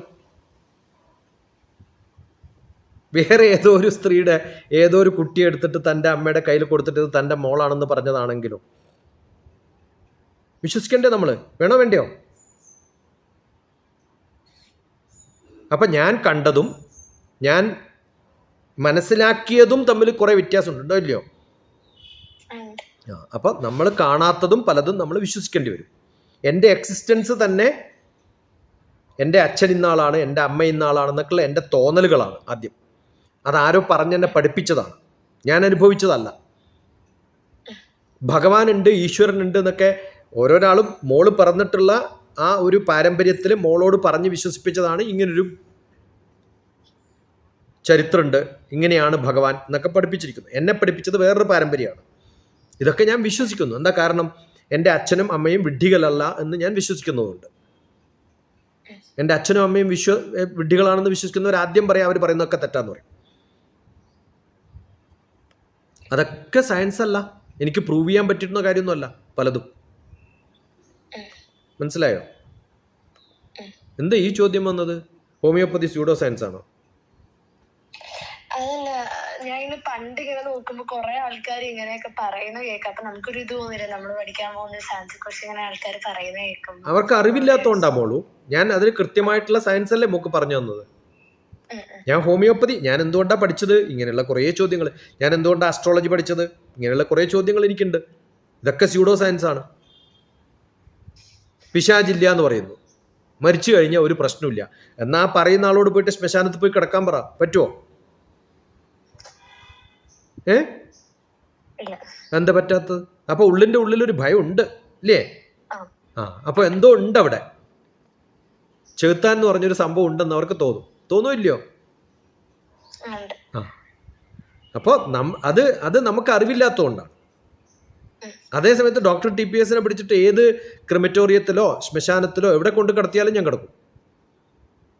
കാരണം എനിക്ക് ഭയമല്ല ഉള്ളത്, അവരൊന്നും എൻ്റെ വിരോധികളല്ല എന്നുള്ള ഒരു അറിവ് എനിക്കുണ്ട്. മനസ്സിലാവുന്നുണ്ടോ? അപ്പോൾ അറിവ് വരുമ്പോൾ ഭയമില്ലാണ്ടാവും. പല വിശ്വാസങ്ങളും നമ്മളെ ഭയപ്പെടുത്തും. ഈ ഹോമിയോപ്പതി എന്ന് പറയുന്ന ഒരു ശാസ്ത്രമല്ല എന്ന് പറയുന്ന സമയത്ത് അതിനെക്കുറിച്ച് അറിവില്ലാത്തവരാണ് പറയുന്നത്. അത് പഠിച്ചൊരു ഡോക്ടറല്ല ചിലപ്പോൾ പറയുന്നുണ്ടാവും. അസ്ട്രോളജി തെറ്റാന്ന് പറയുന്നത് അസ്ട്രോളജി പഠിച്ചിട്ടല്ല. ഒരു പ്രീസ്റ്റ് ഭഗവാൻ ഉണ്ടെന്ന് പറയുമ്പോൾ ആ പ്രീസ്റ്റ് അത് പഠിച്ചിട്ടാണ് പറയുന്നത്. തിയോളജി കുറേ കാലം പഠിക്കണില്ലേ അവർ? അത് പഠിക്കാത്ത ഒരാൾക്ക് പള്ളിയിലൊന്നും പോയിട്ടൊരു കാര്യമില്ല എന്ന് പറയാം. എന്നാൽ പോയി നോക്കിയിട്ടല്ലേ അറിയേണ്ടത്. ഒരു ടെലിഫോൺ അവിടെ കാണുമ്പോൾ ടെലിഫോൺ ആണെന്നുള്ള തോന്നലോ ഇല്ല, എനിക്ക് ശ്രദ്ധയില്ല. കാരണം അതിനെക്കൊണ്ട് എനിക്ക് ആവശ്യമില്ല. അത് കയ്യിലെടുത്ത് ടെസ്റ്റ് ചെയ്യുമ്പോഴല്ലേ അത് ടെലിഫോൺ ആണോ അല്ലയോ എന്ന് മനസ്സിലാവുള്ളൂ. അപ്പം നമ്മൾ എക്സ്പെരിമെൻ്റ് ചെയ്യണം. 5 വർഷം അല്ലെങ്കിൽ 4 വർഷം മോള് പഠിച്ചിട്ട് ഹോമിയോപ്പതി തെറ്റാണെന്ന് പറയൂ. അതിൽ വലിയ നഷ്ടമൊന്നുമില്ല ജീവിതത്തിൽ. വലിയ നോബൽ പ്രൈസ് കിട്ടും ഹോമിയോപ്പതി തെറ്റാണെന്ന് പ്രൂവ് ചെയ്താൽ. ഏതോ ഒരു ചാൻസലർ എന്ന് പറയുന്നത്, എല്ലാ മെഡിക്കൽ സയൻസിൻ്റെയും ചാൻസലർ എന്ന് പറയുന്നത് ഗവർണറാണ്.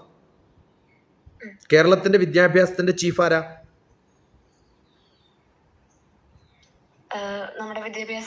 അല്ല, ഗവർണറാ. വൈസ് ചാൻസലറെ അപ്പോയിന്റ് ചെയ്യാൻ ഇന്ന ആൾക്കാരെയൊക്കെ അപ്പോയിന്റ് ചെയ്യണം എന്ന് പറഞ്ഞിട്ട് പേര് കൊടുക്കാനേ വിദ്യാഭ്യാസ മന്ത്രിക്ക് അധികാരമുള്ളൂ. അങ്ങനെ 5 പേര് കൊടുത്താൽ അതിൽ ആരെ സെലക്ട് ചെയ്യണം. ആ 5 പേരും പറ്റില്ല, വേറെ 5 പേരുടെ പേര് തരാൻ പറഞ്ഞാൽ തിരിച്ചയക്കാനുള്ള അധികാരമുള്ളത് ഗവർണർക്കാണ്. ആ ഗവർണർ അടുത്ത് കുറേ പേര് പോയിട്ട് പറഞ്ഞു ഹോമിയോപ്പതി സയൻസ് അല്ല, ഓക്കെ, അത് നിർത്തലാക്കണം വിദ്യാഭ്യാസം. കാരണം സയൻസ് അല്ലാത്തത് പഠിപ്പിച്ചിട്ട് ആൾക്കാരെ പറ്റിക്കുകയാണ്, അവർക്ക് ഡോക്ടർ എന്നുള്ള ഇക്വലൻ്റ് ആയിട്ടുള്ള ഡിഗ്രി കൊടുക്കരുതെന്ന് പറഞ്ഞിട്ട് ഒരു മെമ്മോറാണ്ടം കൊടുത്തു. അതൊക്കെ എടുത്തു വെച്ചിട്ട് ഗവർണർ പറഞ്ഞു ശരിയാണ്, അത് പ്രൂവ് ചെയ്യപ്പെടാത്തൊരു സയൻസാണ്, അത് സയൻസാണ് പക്ഷെ പ്രൂവ് ചെയ്തിട്ടില്ല. പക്ഷെ എനിക്ക് കുറേ കാലമായിട്ട് എൻ്റെ അസുഖം മാറ്റുന്നത് ഞാൻ ആ ഹോമിയോപ്പതി മരുന്ന് കഴിച്ചിട്ടാണ്. എൻ്റെ അനുഭവത്തിൽ എനിക്കത് ഫലത്തിൽ വന്നിട്ടുള്ള സാധനമാണ്. മനസ്സിലാവുണ്ടോ പറയണേ? അപ്പോൾ ഏതാ വേണ്ടത്? അനുഭവത്തിൽ വരുന്നതാണോ വേണ്ടത്? കുറേ പേരെ ട്രീറ്റ്മെൻറ്റ് നടത്തിയിട്ട് ചികിത്സിച്ച് മാറ്റുന്ന, കുറേ പേർക്ക് മരുന്ന് കൊടുത്തിട്ടുള്ള, കുറേ കാലമായിട്ട് ഫോളോ ചെയ്യുന്ന, നമ്മൾ 9 പ്ലാനറ്റ് ഉണ്ടെന്ന് പറഞ്ഞിട്ട് ഒന്നിനെ കളയുന്നത് പോലെ ഹോമിയോപ്പതിയെ കളയാൻ എളുപ്പമാണ്. പക്ഷെ അത് പ്രൂവ് ചെയ്യാത്തിടത്തോളം കാലം ഇപ്പോൾ വളരെ സിസ്റ്റമാറ്റിക് ആയിട്ട് ഞാനൊക്കെ പഠിക്കുന്ന കാലത്ത് കേരളത്തിൽ ഹോമിയോപ്പതി ഡിഗ്രിയേ ഇല്ല. സർട്ടിഫിക്കറ്റ് പ്രോഗ്രാമൊക്കെ അവിടെ ഇവിടെയൊക്കെ ചെയ്തിട്ടാണ് പ്രാക്ടീസ് ചെയ്യുക ആൾക്കാർ. കുറേ വ്യാജന്മാരും ഉണ്ടായിരുന്നു. ഓക്കെ, നല്ല അസുഖമുള്ള ഒരാൾക്ക് വെറുതെ കുറച്ച് മധുരമുള്ള ടാബ്ലറ്റ് കൊടുത്താലും തലവേദന വരുമ്പോൾ അത് കൊടുത്തു കഴിഞ്ഞാൽ കുറച്ച് ദിവസം കഴിയുമ്പോൾ ചിലപ്പോൾ മാറും, അത് കഴിച്ചില്ലെങ്കിലും മാറും. അങ്ങനെയൊക്കെ ആൾക്കാരെ പറ്റി ജീവിച്ചിട്ടുള്ള ഹോമിയോപ്പതിക്കാരുണ്ട്. അതുകൊണ്ടാണ് ഇതിനൊക്കെ ഓപ്പോസിറ്റായിട്ട് ആൾക്കാർ പറയുന്നത്. യഥാർത്ഥ സയൻസ് കൃത്യമായിട്ട് മനസ്സിലാക്കിയാൽ വളരെ ബെനിഫിഷ്യൽ ആയിട്ടുള്ള ഒരു മെഡിക്കൽ സിസ്റ്റമാണ് ഹോമിയോപ്പതി. അതുകൊണ്ട് നല്ലപോലെ അത് പറയുന്നവർക്കുള്ള വിശ്വാസം അവർ പറയുന്നു, അവരെ തിരുത്തേണ്ട കാര്യം നമുക്കില്ല. ഇനി അതാണെന്ന് പറഞ്ഞ് സമർത്ഥിച്ചിട്ട് മോളെ മാറ്റേണ്ട കാര്യം എനിക്കുമില്ല. അവനവൻ്റെ ചിന്തകൾ ഉപയോഗിച്ചിട്ട് അവനവൻ തീരുമാനിക്കാം. യഥേച്ഛതി തഥാ കുരു എന്നാണ്. അവനവൻ ആവശ്യമുള്ളത് അവനവൻ ചിന്തിച്ചിട്ട് തീരുമാനിച്ചിട്ട് പറയാം. ഞാൻ എനിക്കറിയുന്ന കാര്യം ഞാൻ പറഞ്ഞു. മോക്ക് ബുദ്ധിയുണ്ട്, വിവരമുണ്ട്, 29 വയസ്സായി ഇല്ലേ? ഇനി കുറെ കാലം ജീവിക്കണ്ടേ മോളൂ? എന്ത് കഷ്ടപ്പെടാന്ന് ആലോചിച്ച് നോക്ക്, സങ്കടപ്പെട്ടിട്ട് ഇങ്ങനെ. എൻ്റെ ഭഗവാനെ, അങ്ങനെ വേണോ അതോ ഐ ആം എൻജോയ്, അങ്ങനെ വേണോ? ഈ 1 മണിക്കൂർ എന്നോട് സംസാരിച്ചു എൻ്റെ മോള്. ആ മോളാണോ ഇപ്പോ? മാറിയോ? എന്ത് മാറി? ഇപ്പൊ ചിരിക്കണ്ടോ? അറ്റ്ലീസ്റ്റ് തുടങ്ങിയത് കരച്ചല്ലായിരുന്നോ? എന്താ പറയണ, ആകെ ഒരു ഇതുപോലെ എന്ത് പ്രൊഫഷൻ എടുത്താലും കുറെ പേര് അത് നല്ലാന്നും പറയാനുണ്ടാവും. അല്ല മോളെ, ഒരു പോലീസുകാരനുണ്ടല്ലോ, traffic police, centre of the സിറ്റിയിൽ നിൽക്കുന്ന ട്രാഫിക് പോലീസിനെ കണ്ടിട്ടുണ്ടോ മോള്? ആ പോലീസുകാരൻ ഒരു ദിവസം സ്വന്തം ആലോചിക്കുകയാണ്, ഇതെന്ത് വൃത്തികെട്ട ജോലിയാന്ന് ആലോചിച്ച് നോക്കും. മോളുടെ അപ്പൻ ഒരു പോലീസുകാരനായിരുന്നു വിചാരിക്കേ, ട്രാഫിക് പോലീസാന്ന് വിചാരിക്കേ. സെന്റർ ഓഫ് ദ സിറ്റിയിൽ നിന്നിട്ട് കയ്യും കാലും കാണിക്കുക, അങ്ങോട്ട് തിരിയുക, കൈ ഇങ്ങോട്ട് കാണിക്കുക, മറ്റേ ഭാഗത്തേക്ക് അങ്ങോട്ട് കാണിക്കുക, ഇടയിൽ വായിൽ വെച്ച് ഫീന്ന് വിളിക്കുക. ആലോചിച്ചൊക്കെ എന്ത് വൃത്തികെട്ട ജോലിയായിരുന്നു. നടു റോട്ടിൽ നിന്ന് ഡാൻസ് കളിക്കുന്ന പോലെയാണ്. ഈ പോലീസുകാരൻ വിചാരിക്കുകയാണ്, ഷേ എന്ത് വൃത്തികെട്ട ജോലിയായത്. അപ്പോൾ ആണ് ഒരു പോസ്റ്റ്മാൻ ഇങ്ങനെ നടന്നു പോകണത്. പോസ്റ്റ്മാൻ എപ്പോഴും നടക്കല്ലേ വേണ്ടത്, ഇയാൾ നിൽക്കല്ലേ വേണ്ടത്. ഇയാൾക്ക് മൂത്രമൊഴിക്കാൻ മുട്ടിയാൽ പോകാൻ പോലും പറ്റില്ല. പറ്റുമോ? വേറെ സബ്സ്റ്റിറ്റ്യൂട്ട് വരുന്നത് വരെ പോലീസുകാരനവിടെ നിൽക്കണ്ടേ. അപ്പോഴാണ് ഈ പോസ്റ്റ്മാൻ അസലായിട്ട് റോഡ് സൈഡിൽ മൂത്രമൊഴിക്കണത്. ഓക്കെ, അപ്പോൾ അയാൾക്ക് തോന്നി പോസ്റ്റ്മാൻ ആവുക നല്ലതാണ്. അപ്പോൾ ഒരു ദിവസം ഇങ്ങനെ കാണുമ്പോൾ ഒരു പോസ്റ്റ്മാനൊരു വീട്ടിലേക്ക് കയറി പോകുമ്പോഴാണ്, ഗേറ്റ് തുറന്ന് ഉള്ളിൽ രജിസ്റ്റേർഡ് പോസ്റ്റ് കൊടുക്കാൻ പോകുമ്പോഴാണ് അവിടുത്തെ പട്ടി ചാടി വരുന്നതാണ്. അപ്പോൾ ഇയാൾക്ക് തോന്നി എന്ത് കഷ്ടപ്പെട്ട ജോലിയാണ്, ഓരോ വീട്ടിൽ പോകണം, അവിടെ പട്ടി ഉണ്ടാവും, പൂച്ച ഉണ്ടാവും, വഴക്ക് കേൾക്കും ചിലപ്പോൾ, ഇതൊക്കെ കഴിഞ്ഞിട്ട് ഇതൊക്കെ കെട്ടി നടക്കണം എല്ലാ ദിവസവും. അങ്ങനെ വ്യത്യസ്തമായ ജോലികൾ ഇങ്ങനെ ആലോചിച്ച് അവസാനം അയാൾ തീരുമാനിക്കും എന്ത് നല്ല ജോലിയാണ് ട്രാഫിക് പോലീസ് എന്ന് ആലോചിച്ച് നോക്കട്ടെ. അയാളിങ്ങനെ കാണുകയാണ് പുറത്ത് നിന്ന് ട്രാഫിക് പോലീസ് എന്താ ചെയ്യണമെന്ന്. ഒരു കൈ ഇങ്ങനെ ടപ്പെന്ന് കാണിച്ചാൽ ഏത് വലിയ മഹാനായാലും ഇയാൾ പോന്ന് പറയുന്നത് വരെ അവിടെ നിൽക്കണം, വേണോ വേണ്ടിയോ? എന്ത് പവർഫുൾ ആയിട്ടുള്ള ജോലിയാണ്. ആർക്കെങ്കിലും ഇങ്ങനെ പറ്റുമോ? നടു റോട്ടിൽ നിന്നിട്ടൊരു കൈ കാണിച്ചാൽ, കൈ ഒന്നിങ്ങനെ ചുമ്മാ കാണിച്ചാൽ മതി, എല്ലാവരും നിൽക്കും അനങ്ങാണ്ട്. അത് കഴിഞ്ഞിട്ട് കൈ ഒന്നിങ്ങനെ ചെറുങ്ങനെ ഒന്ന് അനയ്ക്കാൻ എല്ലാവരും പോയിക്കോളും. ഇത്രയും പവർഫുൾ ആയിട്ടുള്ള ജോലി വേറെ ഉള്ളതുണ്ടോ? അത് ചീഫ് മിനിസ്റ്റർ ആയാലും നിൽക്കണം, മിനിസ്റ്റർ ആയാലും നിൽക്കണം, ഏതൊരാളെയും നിർത്താൻ പറ്റുന്ന ഒരു ജോലിയാണ് എന്ത്? അപ്പൊ നല്ലതാണോ മോശമാണോ? അപ്പൊ അതെ, പൂർണ്ണേ മനസ്സി സമ്പൂർണം. എന്താണ് നമ്മുടെ മനസ്സ് പോലെയാണ് നമ്മുടെ ജോലി. മനസ്സിലായോ? ഒരമ്മയുടെ ജോലി എന്ത് ബുദ്ധിമുട്ട് പിടിച്ച പണിയാണ്. പിള്ളേരെ നോക്കണം, അത് ആ മക്കളെ വളർത്തുമ്പോൾ എൻജോയ് ചെയ്യുകയാണെങ്കിലോ എന്ത് കഷ്ടപ്പാടാന്ന് ആലോചിച്ച് നോക്കിയട്ടെ. എന്ത് കഷ്ടപ്പാടാന്ന് ആലോചിച്ചോ. പ്രസവത്തിന് മുമ്പ് ഗർഭപാത്രത്തിലിട്ട് നടക്കുക, ഇതൊക്കെ നല്ല സുഖമുള്ള പണിയാണോ എന്ന് ചോദിച്ചാലോ. എന്നിട്ടും എന്തിനാ എല്ലാവരും ഇങ്ങനെ പിള്ളേരെ ഉണ്ടാക്കണേ? ഒരു സുഖം എന്ന് പറയുന്നത് നമ്മൾ തീരുമാനിക്കുന്നതാണ്. നമ്മൾ അതിൽ നിന്ന് കിട്ടുന്ന റിസൾട്ട് എന്താണ്? ഞാനിപ്പം 1 മണിക്കൂർ മോളോട് സംസാരിച്ച് എന്തിനാ എൻ്റെ സമയം കളയണമെന്ന് വിചാരിച്ചാൽ എനിക്ക് വേറെ പണിയില്ലാത്തതുകൊണ്ടാണോ? എനിക്കറിയില്ല 11:30ക്കാണോ എൻ്റെ ടോക്ക് എന്ന് പോലും, അല്ല 2 മണിക്കാണോ എന്ന് പോലും അറിയില്ല. ഞാനത് നോക്കിയിട്ടില്ല ഷെഡ്യൂൾ. മനസ്സിലായോ? എന്നിട്ടും എന്തിനാ ഞാനിങ്ങനെ ചെയ്യണത്? ടെൻഷൻ അടിച്ചിട്ടിരുന്നാൽ എനിക്ക് പറ്റില്ല. അത് പറ്റുമോ? 11:30 എന്ന് പറയുന്നത് 11:28 ചേർന്നാലും എനിക്ക് സംസാരിക്കാൻ പറ്റും ആ സബ്ജക്റ്റിന് എന്നുള്ളതുകൊണ്ടാണ്. ആ അറിവില്ലെങ്കിൽ എന്ത് ചെയ്യും ഞാൻ? ഇത് പ്രിപ്പയർ ചെയ്യണമല്ലോ എന്നുള്ള ടെൻഷൻ വരും. വരുമോ ഇല്ലയോ? ഞാൻ എക്സാം ഹാളിലൊക്കെ എന്ത് രസകരമായിട്ടാ പരീക്ഷ എഴുതാന്നറിയോ? എന്താ കാരണം? എനിക്ക് നന്നായിട്ട് അറിയാം. എനിക്ക് ഒന്നും അറിയില്ല എന്ന് വിചാരിക്കേ, ഏറ്റവും നല്ല സ്ഥലം ഏതാണെന്നറിയോ? ഒന്നും അറിയാണ്ട് പോയി ഇരുന്ന് എക്സാം ഹാളിൽ ഇരുത്തുമ്പോൾ എന്ത് സുഖം അറിയോ? കാരണം ബാക്കിയുള്ളവരൊക്കെ ടെൻഷൻ അടിക്കുന്ന കാണാൻ എന്താ സുഖം. നമുക്കോ ഒന്നും അറിയില്ല, എന്തായാലും ഞാൻ തോക്കുന്ന ഉറപ്പാ. ഈ തോക്കുന്ന ഉറപ്പുള്ള ആളും ജയിക്കുന്ന ഉറപ്പുള്ള ആളും എപ്പോഴും ഹാപ്പിയാണ്. ഇതിനിടയിൽ പെടുമ്പോഴാണ് ഈ ടെൻഷൻ. അവൻ ജീവിതത്തിൽ തോക്കോ ജയിക്കോ എന്നുള്ളതൊന്നും ആലോചിക്കരുത്. തോക്കുകയാണെങ്കിൽ തോക്കുക, ജയിക്കുകയാണെങ്കിൽ ജയിക്കുക. പോണാൽ പട് പോണാൽ പോകട്ടും പോടാ പോണാൽ പോകട്ടും പോടാ. ആ പാട്ടൊന്ന് പഠിക്കണം കേട്ടോ. നല്ല തമിഴ് പാട്ടാണ്, മലയാളത്തിൽ ഇല്ല അത്. ഈ ഉലകത്തിൽ വാഴ്ന്നവൻ യാരടാ, പോണാൽ പോകട്ടും പോടാ. ഈ ലോകത്ത് ജീവിച്ചിട്ട് വലിയ ആളായിട്ട് മാറിയിട്ടുള്ള ആരുമില്ല. എല്ലാം കഴിഞ്ഞ് ഒരു ദിവസം ടപ്പ് എന്ന് പറഞ്ഞു പോകും. ലോകത്തിലെ ഏറ്റവും വലിയ ആശ്ചര്യം എന്താണെന്നറിയോ മോക്ക്? ഒരാൾ ചത്തുപോകുന്ന സമയത്ത് അയാളെ കുഴിമാടത്തിലേക്ക് എടുത്തു കൊണ്ടുപോകുമ്പോൾ ഈ കൊണ്ടുപോകുന്ന ആൾക്കാരുടെയൊക്കെ ധാരണ ഞാൻ ഈ ലോകത്ത് സ്ഥിരമായിട്ട് ജീവിക്കുന്ന ആളാണെന്നാണ്. ഓക്കെ, ഓരോരുത്തരായി പറയും. കാലനൂർക്ക് കടക്കവേ കാലന്റെ ലോകത്തേക്ക് പോകുമ്പോൾ ശേഷിച്ചോർ സ്ഥിരമെന്നോർപ്പൂ എന്താശ്ചര്യം ഇതിൽ പരം. ഓരോരാൾ മരിച്ചു പോകുന്ന സമയത്ത് കാണുമ്പോൾ നമ്മൾ കാണുമല്ലോ അയാൾ പോയി എന്ന് പറയുമ്പോൾ നമ്മൾ ഈ ആലോചിക്കുന്നത് ഞാനിവിടെ സ്ഥിരമായിട്ടിരിക്കുന്ന ആളാണെന്നാണ്. ആണോ? ഓക്കെ. അപ്പൊ ജീവിതത്തിൽ കുറെ പഠിക്കാനുണ്ട് എൻ്റെ മോള്. നല്ലപോലെ എൻജോയ് ചെയ്യുക. ഏറ്റവും അത്യാവശ്യമായിട്ട് വേണ്ടത് എൻ്റെ കുട്ടി ഹാപ്പി ആയിരിക്കും. ഓഡിയോ കേട്ടപ്പോൾ എനിക്ക് സങ്കടം തോന്നി, അതുകൊണ്ടാണ് ഞാൻ കുറച്ച് സമയം എടുത്തിട്ട് സംസാരിക്കാമെന്ന് വിചാരിച്ചത്. ഡോക്ടർ DPS പെട്ടെന്ന് റിജക്റ്റ് ചെയ്യുന്ന കുറേ കോളുകളും ഉണ്ട് കേട്ടോ.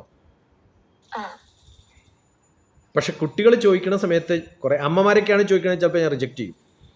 പക്ഷെ ചില അമ്മമാരൊക്കെ നല്ല, മിക്കവാറും അച്ഛനും അമ്മയും നോക്കിയാൽ അമ്മയാണ് വിളിക്കുക. കാരണം ഏറ്റവും ടെൻഷൻ അമ്മമാർക്കാണല്ലോ. കാരണം അമ്മയുടെ ബയോറിതാണ് മോക്കുള്ളത്. മോളുടെ അമ്മയുടെ സ്വഭാവത്തിൻ്റെ കുറേ ഭാഗമാണ് മോക്ക് വരിക. അതെ. ആ അമ്മയുടെ ബയോറിതം എന്ന് പറഞ്ഞാൽ നമ്മുടെ physical, emotional, intellectual, social, spiritual rhythm ഉണ്ട്. ഒരു വേവ് പോലെയാണത്, അപ്പ് ആൻഡ് ഡൗൺ ആയിക്കൊണ്ടേയിരിക്കും. ഓരോ ദിവസവും കഴിക്കുന്ന ഭക്ഷണം ഒരുപോലെയാണെങ്കിലും എല്ലാ ദിവസവും ഒരേപോലെ അല്ല ആരോഗ്യം. അത് മാറി മറിഞ്ഞുകൊണ്ടിരിക്കും. ഓക്കെ, അത്തരം സംഭവങ്ങളൊക്കെ ഏറ്റവും കൂടുതൽ അമ്മയിൽ എത്രയുണ്ടോ അത്രയും മോളിലുണ്ടാവും. മോളുടെ അതേ ബേസിക് ബയോർ ഇതായിരിക്കും അമ്മയ്ക്കും ഉണ്ടാവും.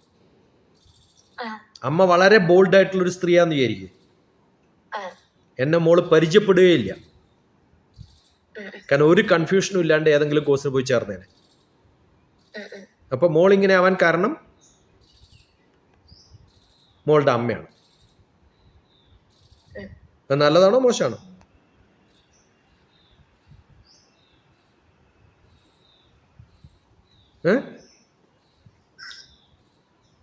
നല്ലതാണ്. അല്ലെങ്കിൽ എനിക്ക് മോളെ ഇപ്പൊ പരിചയപ്പെടാൻ പറ്റുമോ? മനസ്സിലായോ? അപ്പോൾ പക്ഷേ നമുക്ക് പ്രാക്ടീസ് കൊണ്ട് അണ്ടർസ്റ്റുഡ്, നമ്മുടെ എക്സ്പീരിയൻസ് കൊണ്ട്, നമ്മുടെ ജീവിതം കൊണ്ട് ഇതൊക്കെ മാറ്റിമറിക്കാൻ പറ്റും നമുക്ക്. ഇങ്ങനെയൊക്കെയാണ് ഞാൻ എന്ന് വിചാരിക്കല്ല വേണ്ടത്. ഞാൻ ഇനി അങ്ങനെ ആവില്ല എന്ന് വിചാരിക്കുമ്പോഴാണ് നമ്മൾ നന്നാവുക. അപ്പം അങ്ങനെ ആവണം. ഡോക്ടർ TPS എല്ലാ പരീക്ഷയ്ക്കും തോറ്റ് 12ാം ക്ലാസ്സിൽ മോളുടെ അവസ്ഥയിലിരിക്കുന്ന സമയത്ത് ഒരു അഡ്മിഷനും കിട്ടാണ്ട് നടന്ന ഒരാളാണ്. എങ്ങനെയൊക്കെയോ പഠിച്ച് നന്നായി പോയതാണ്. 8ാം ക്ലാസ്സിൽ പഠിക്കുമ്പോൾ എന്നെ ക്ലാസ്സിൽ നിന്ന് പുറത്താക്കിയതാണ്, സ്കൂളിൽ നിന്ന് പുറത്താക്കിയതാണ് TC വന്നിട്ട്, ഏറ്റവും മോശം സ്റ്റുഡൻ്റ് എന്നുള്ള നിലയിൽ. അങ്ങനെ ആർക്കും വിധി എഴുതാൻ പറ്റുന്നവരല്ല നമ്മൾ. ഞാൻ എന്തിനാ 2 ശ്ലോകങ്ങളൊക്കെ ചൊല്ലിയിട്ട് മോളെ കൊണ്ട് റിപ്പീറ്റ് ചെയ്താൽ അറിയോ?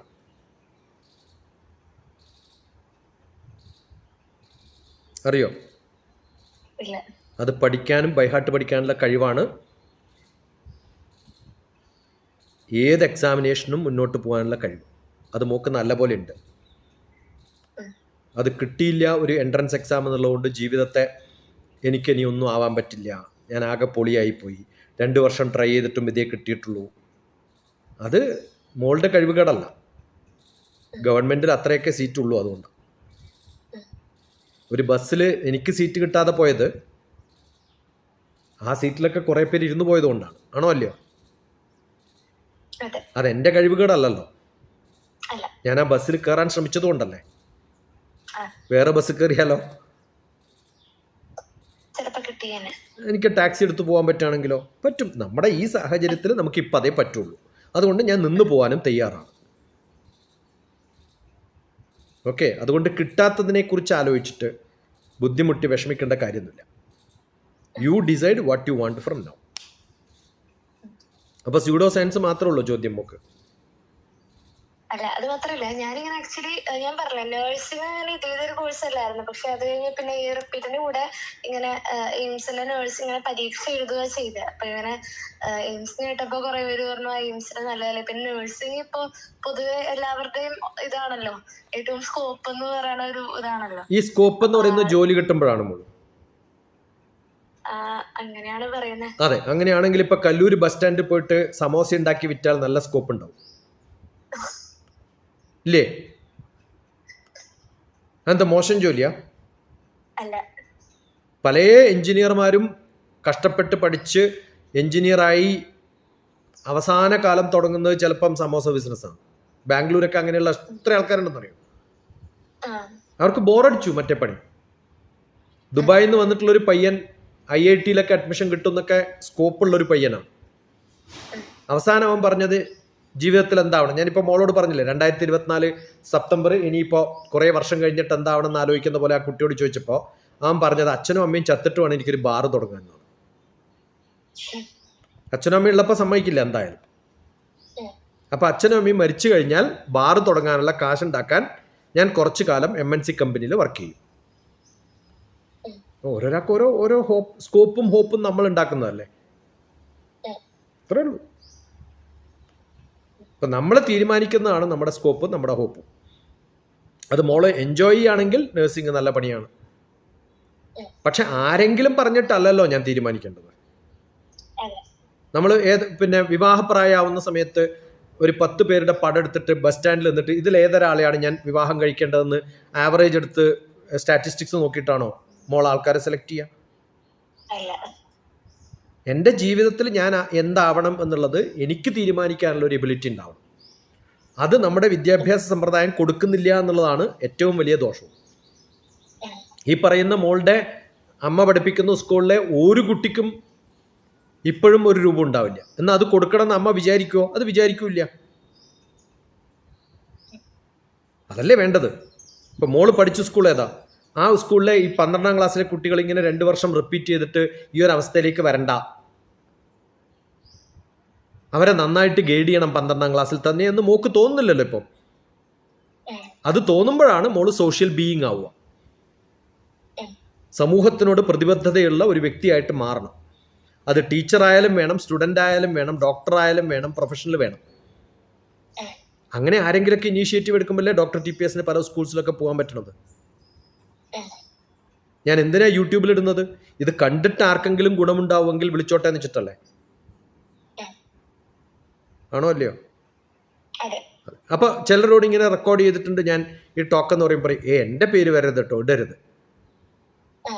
ബാക്കിയുള്ളവരുടെ എന്നാൽ കുഴപ്പമില്ല, എനിക്കത് കേൾക്കാനൊക്കെ ഇഷ്ടമാണ്. പക്ഷെ എൻ്റെ കാര്യം ഇടരുത്. എന്താ കാരണം? അവന് സോഷ്യൽ റെസ്പോൺസിബിലിറ്റി ഇല്ലാത്ത ഒരാളാണ്. സോഷ്യൽ റെസ്പോൺസിബിലിറ്റി ഇല്ലാത്ത ഒരാൾക്ക്, സെൽഫിഷ് ആയിട്ടുള്ള ഒരാൾക്ക് വേണ്ടിയിട്ടാണ് ഞാൻ 1 മണിക്കൂർ ചിലവഴിക്കുന്നത് വെച്ചാലോ, ഐ ഓൾസോ ഫീൽ അൺകംഫർട്ടബിൾ. അപ്പോൾ ഈ 1 മണിക്കൂറുള്ളത് ഞാൻ എഡിറ്റ് ചെയ്യാൻ അടുത്ത 3 മണിക്കൂർ ഉപയോഗിക്കും. വിളിക്കാതെ എനിക്ക് സംസാരിക്കാൻ പറ്റുമോ? പറ്റില്ല. കാരണം എനിക്ക് അങ്ങനെയാണ്.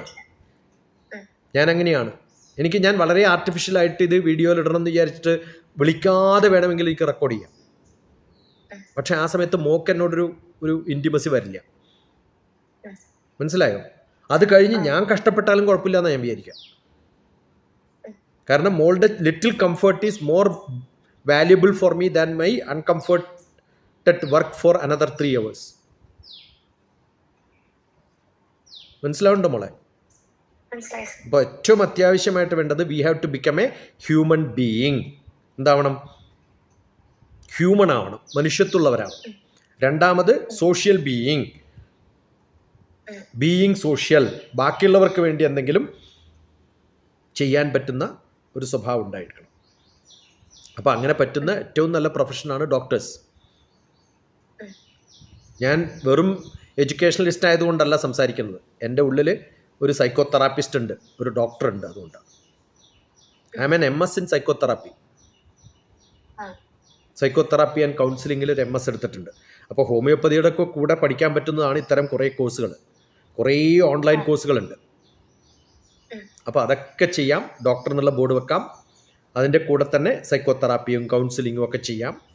അതിൻ്റെ കൂടെ തന്നെ സിവിൽ സർവീസ് പോലുള്ളത് ഏതാ വേണ്ടതെന്ന് വെച്ചാൽ തീരുമാനിക്കാം. അതുകൊണ്ടാണ് ഞാൻ പറഞ്ഞത് 5 കൊല്ലം കഴിഞ്ഞാൽ എന്ത്, 10 കൊല്ലം കഴിഞ്ഞാൽ എന്ത്, അങ്ങനെ ഒരു പ്ലാനോട് കൂടി മുന്നോട്ട് പോകും. ഇഷ്ടംപോലെ സമയമുണ്ട് മോളെ. എന്ത് തിരക്കുണ്ടോ തനിക്ക് പെട്ടെന്ന് സെറ്റിലായിട്ട്? അപ്പം ആലോചിക്കുക, ഇനി 10 വർഷം 29 വയസ്സ് 30 വയസ്സാകുമ്പോഴത്തേക്കും എന്താവണം? അവനവൻ ഒരു പൊസിഷൻ എത്താൻ പറ്റുന്ന തരത്തിലേക്ക് 32 years വരെ IAS എഴുതാം. ആലോചിച്ചൊക്കെ എത്ര കാലമുണ്ടെന്ന്. മോളുടെ പ്രായത്തിലൊക്കെ എനിക്ക് ആരെങ്കിലും ഇങ്ങനെ പറഞ്ഞു തരാനുണ്ടായിരുന്നു ഞാൻ എവിടെ എത്തിയാനെന്ന് ആലോചിക്കുന്നത്. ഇതൊന്നും പറയാണ്ട് തന്നെ എവിടെയൊക്കെ എത്തി. ഓക്കെ, ഇപ്പൊ സുന്ദരിക്കുട്ടിയായി, ഹാപ്പി ഗേളാണ്. സൗന്ദര്യം എന്ന് പറയുന്നത് നമ്മുടെ സന്തോഷത്തിലാണ്. കണ്ണാടിയിൽ പോയി നോക്കുക, കരഞ്ഞുകൊണ്ടിരിക്കുമ്പോഴാണോ റിയയെ കാണാൻ ഭംഗി, ചിരിച്ചുകൊണ്ടിരിക്കുമ്പോഴാണോ? എപ്പോഴാണ്? അപ്പൊ എപ്പോഴും ചിരിച്ചുകൊണ്ടിരുന്നാൽ അവനവന്റെ ഭംഗി കൂടും, കരഞ്ഞുകൊണ്ടിരുന്നാൽ ഭംഗി ഇല്ലാണ്ടാവും. മനസ്സിലാവുണ്ടോ പറയണത്? അപ്പൊ നമ്മുടെ മനസ്സിന്റെ ഭംഗിയാണ് നമുക്ക് വേണ്ടത്. അതുണ്ടാവട്ടെ മോക്ക്. എന്താ റിയാന്ന് പറഞ്ഞ അർത്ഥം? ഞാൻ പണ്ട് നോക്കിയിട്ടുള്ളപ്പം എന്തായിരുന്നു, ഒരു കാര്യം ലൈക്ക് ലക്ഷ്യം വെച്ചിട്ടുണ്ടെങ്കിൽ അത് അച്ചീവ് ചെയ്തിരിക്കും ഞാൻ കണ്ടിട്ടുണ്ട്. എന്നിട്ടാണ് ആ കുട്ടിയാണ് എന്നോട് ഇങ്ങനെ ചോദിക്കുന്നത്.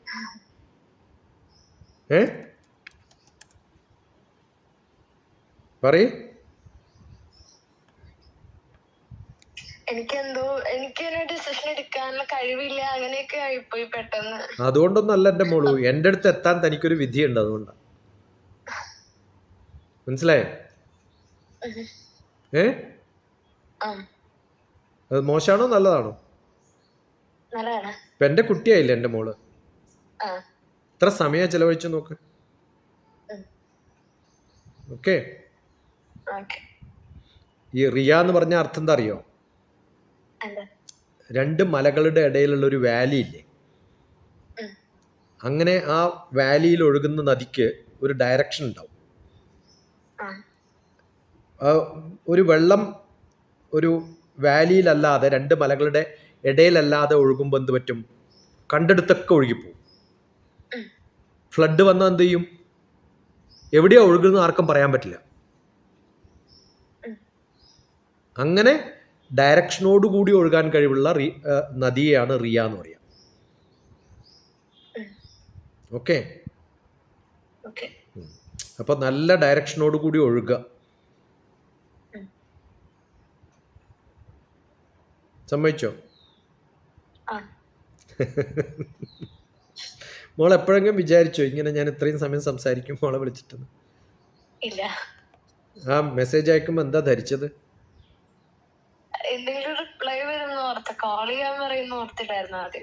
എല്ലാവരോടും പറയാറില്ല, കാരണം അങ്ങനെ എല്ലാവർക്കും വേണ്ടി 1 മണിക്കൂർ 1.5 മണിക്കൂറൊക്കെ എനിക്ക് ചെലവഴിക്കാൻ പറ്റുമോ? പക്ഷെ മോളുടെ മെസ്സേജിനിടയിൽ ഗദ്ഗതങ്ങൾ കാണുന്നു അറിയില്ലേ? ഒന്ന് രണ്ടാമതൊന്ന് കേട്ടു നോക്കുക കേട്ടോ, അയച്ചത്. എന്നിട്ട് ഇപ്പൊ ഒരു മെസ്സേജ് അയക്കാം. Thank you, God bless you. Sir അല്ല, പിന്നെയും സാർ എന്നാ വിളിക്കുന്നത്. ഗുഡ്. അപ്പൊ ഞാൻ ഇടണോ ഇത് വേണ്ടയോ വീഡിയോ? ഇല്ല.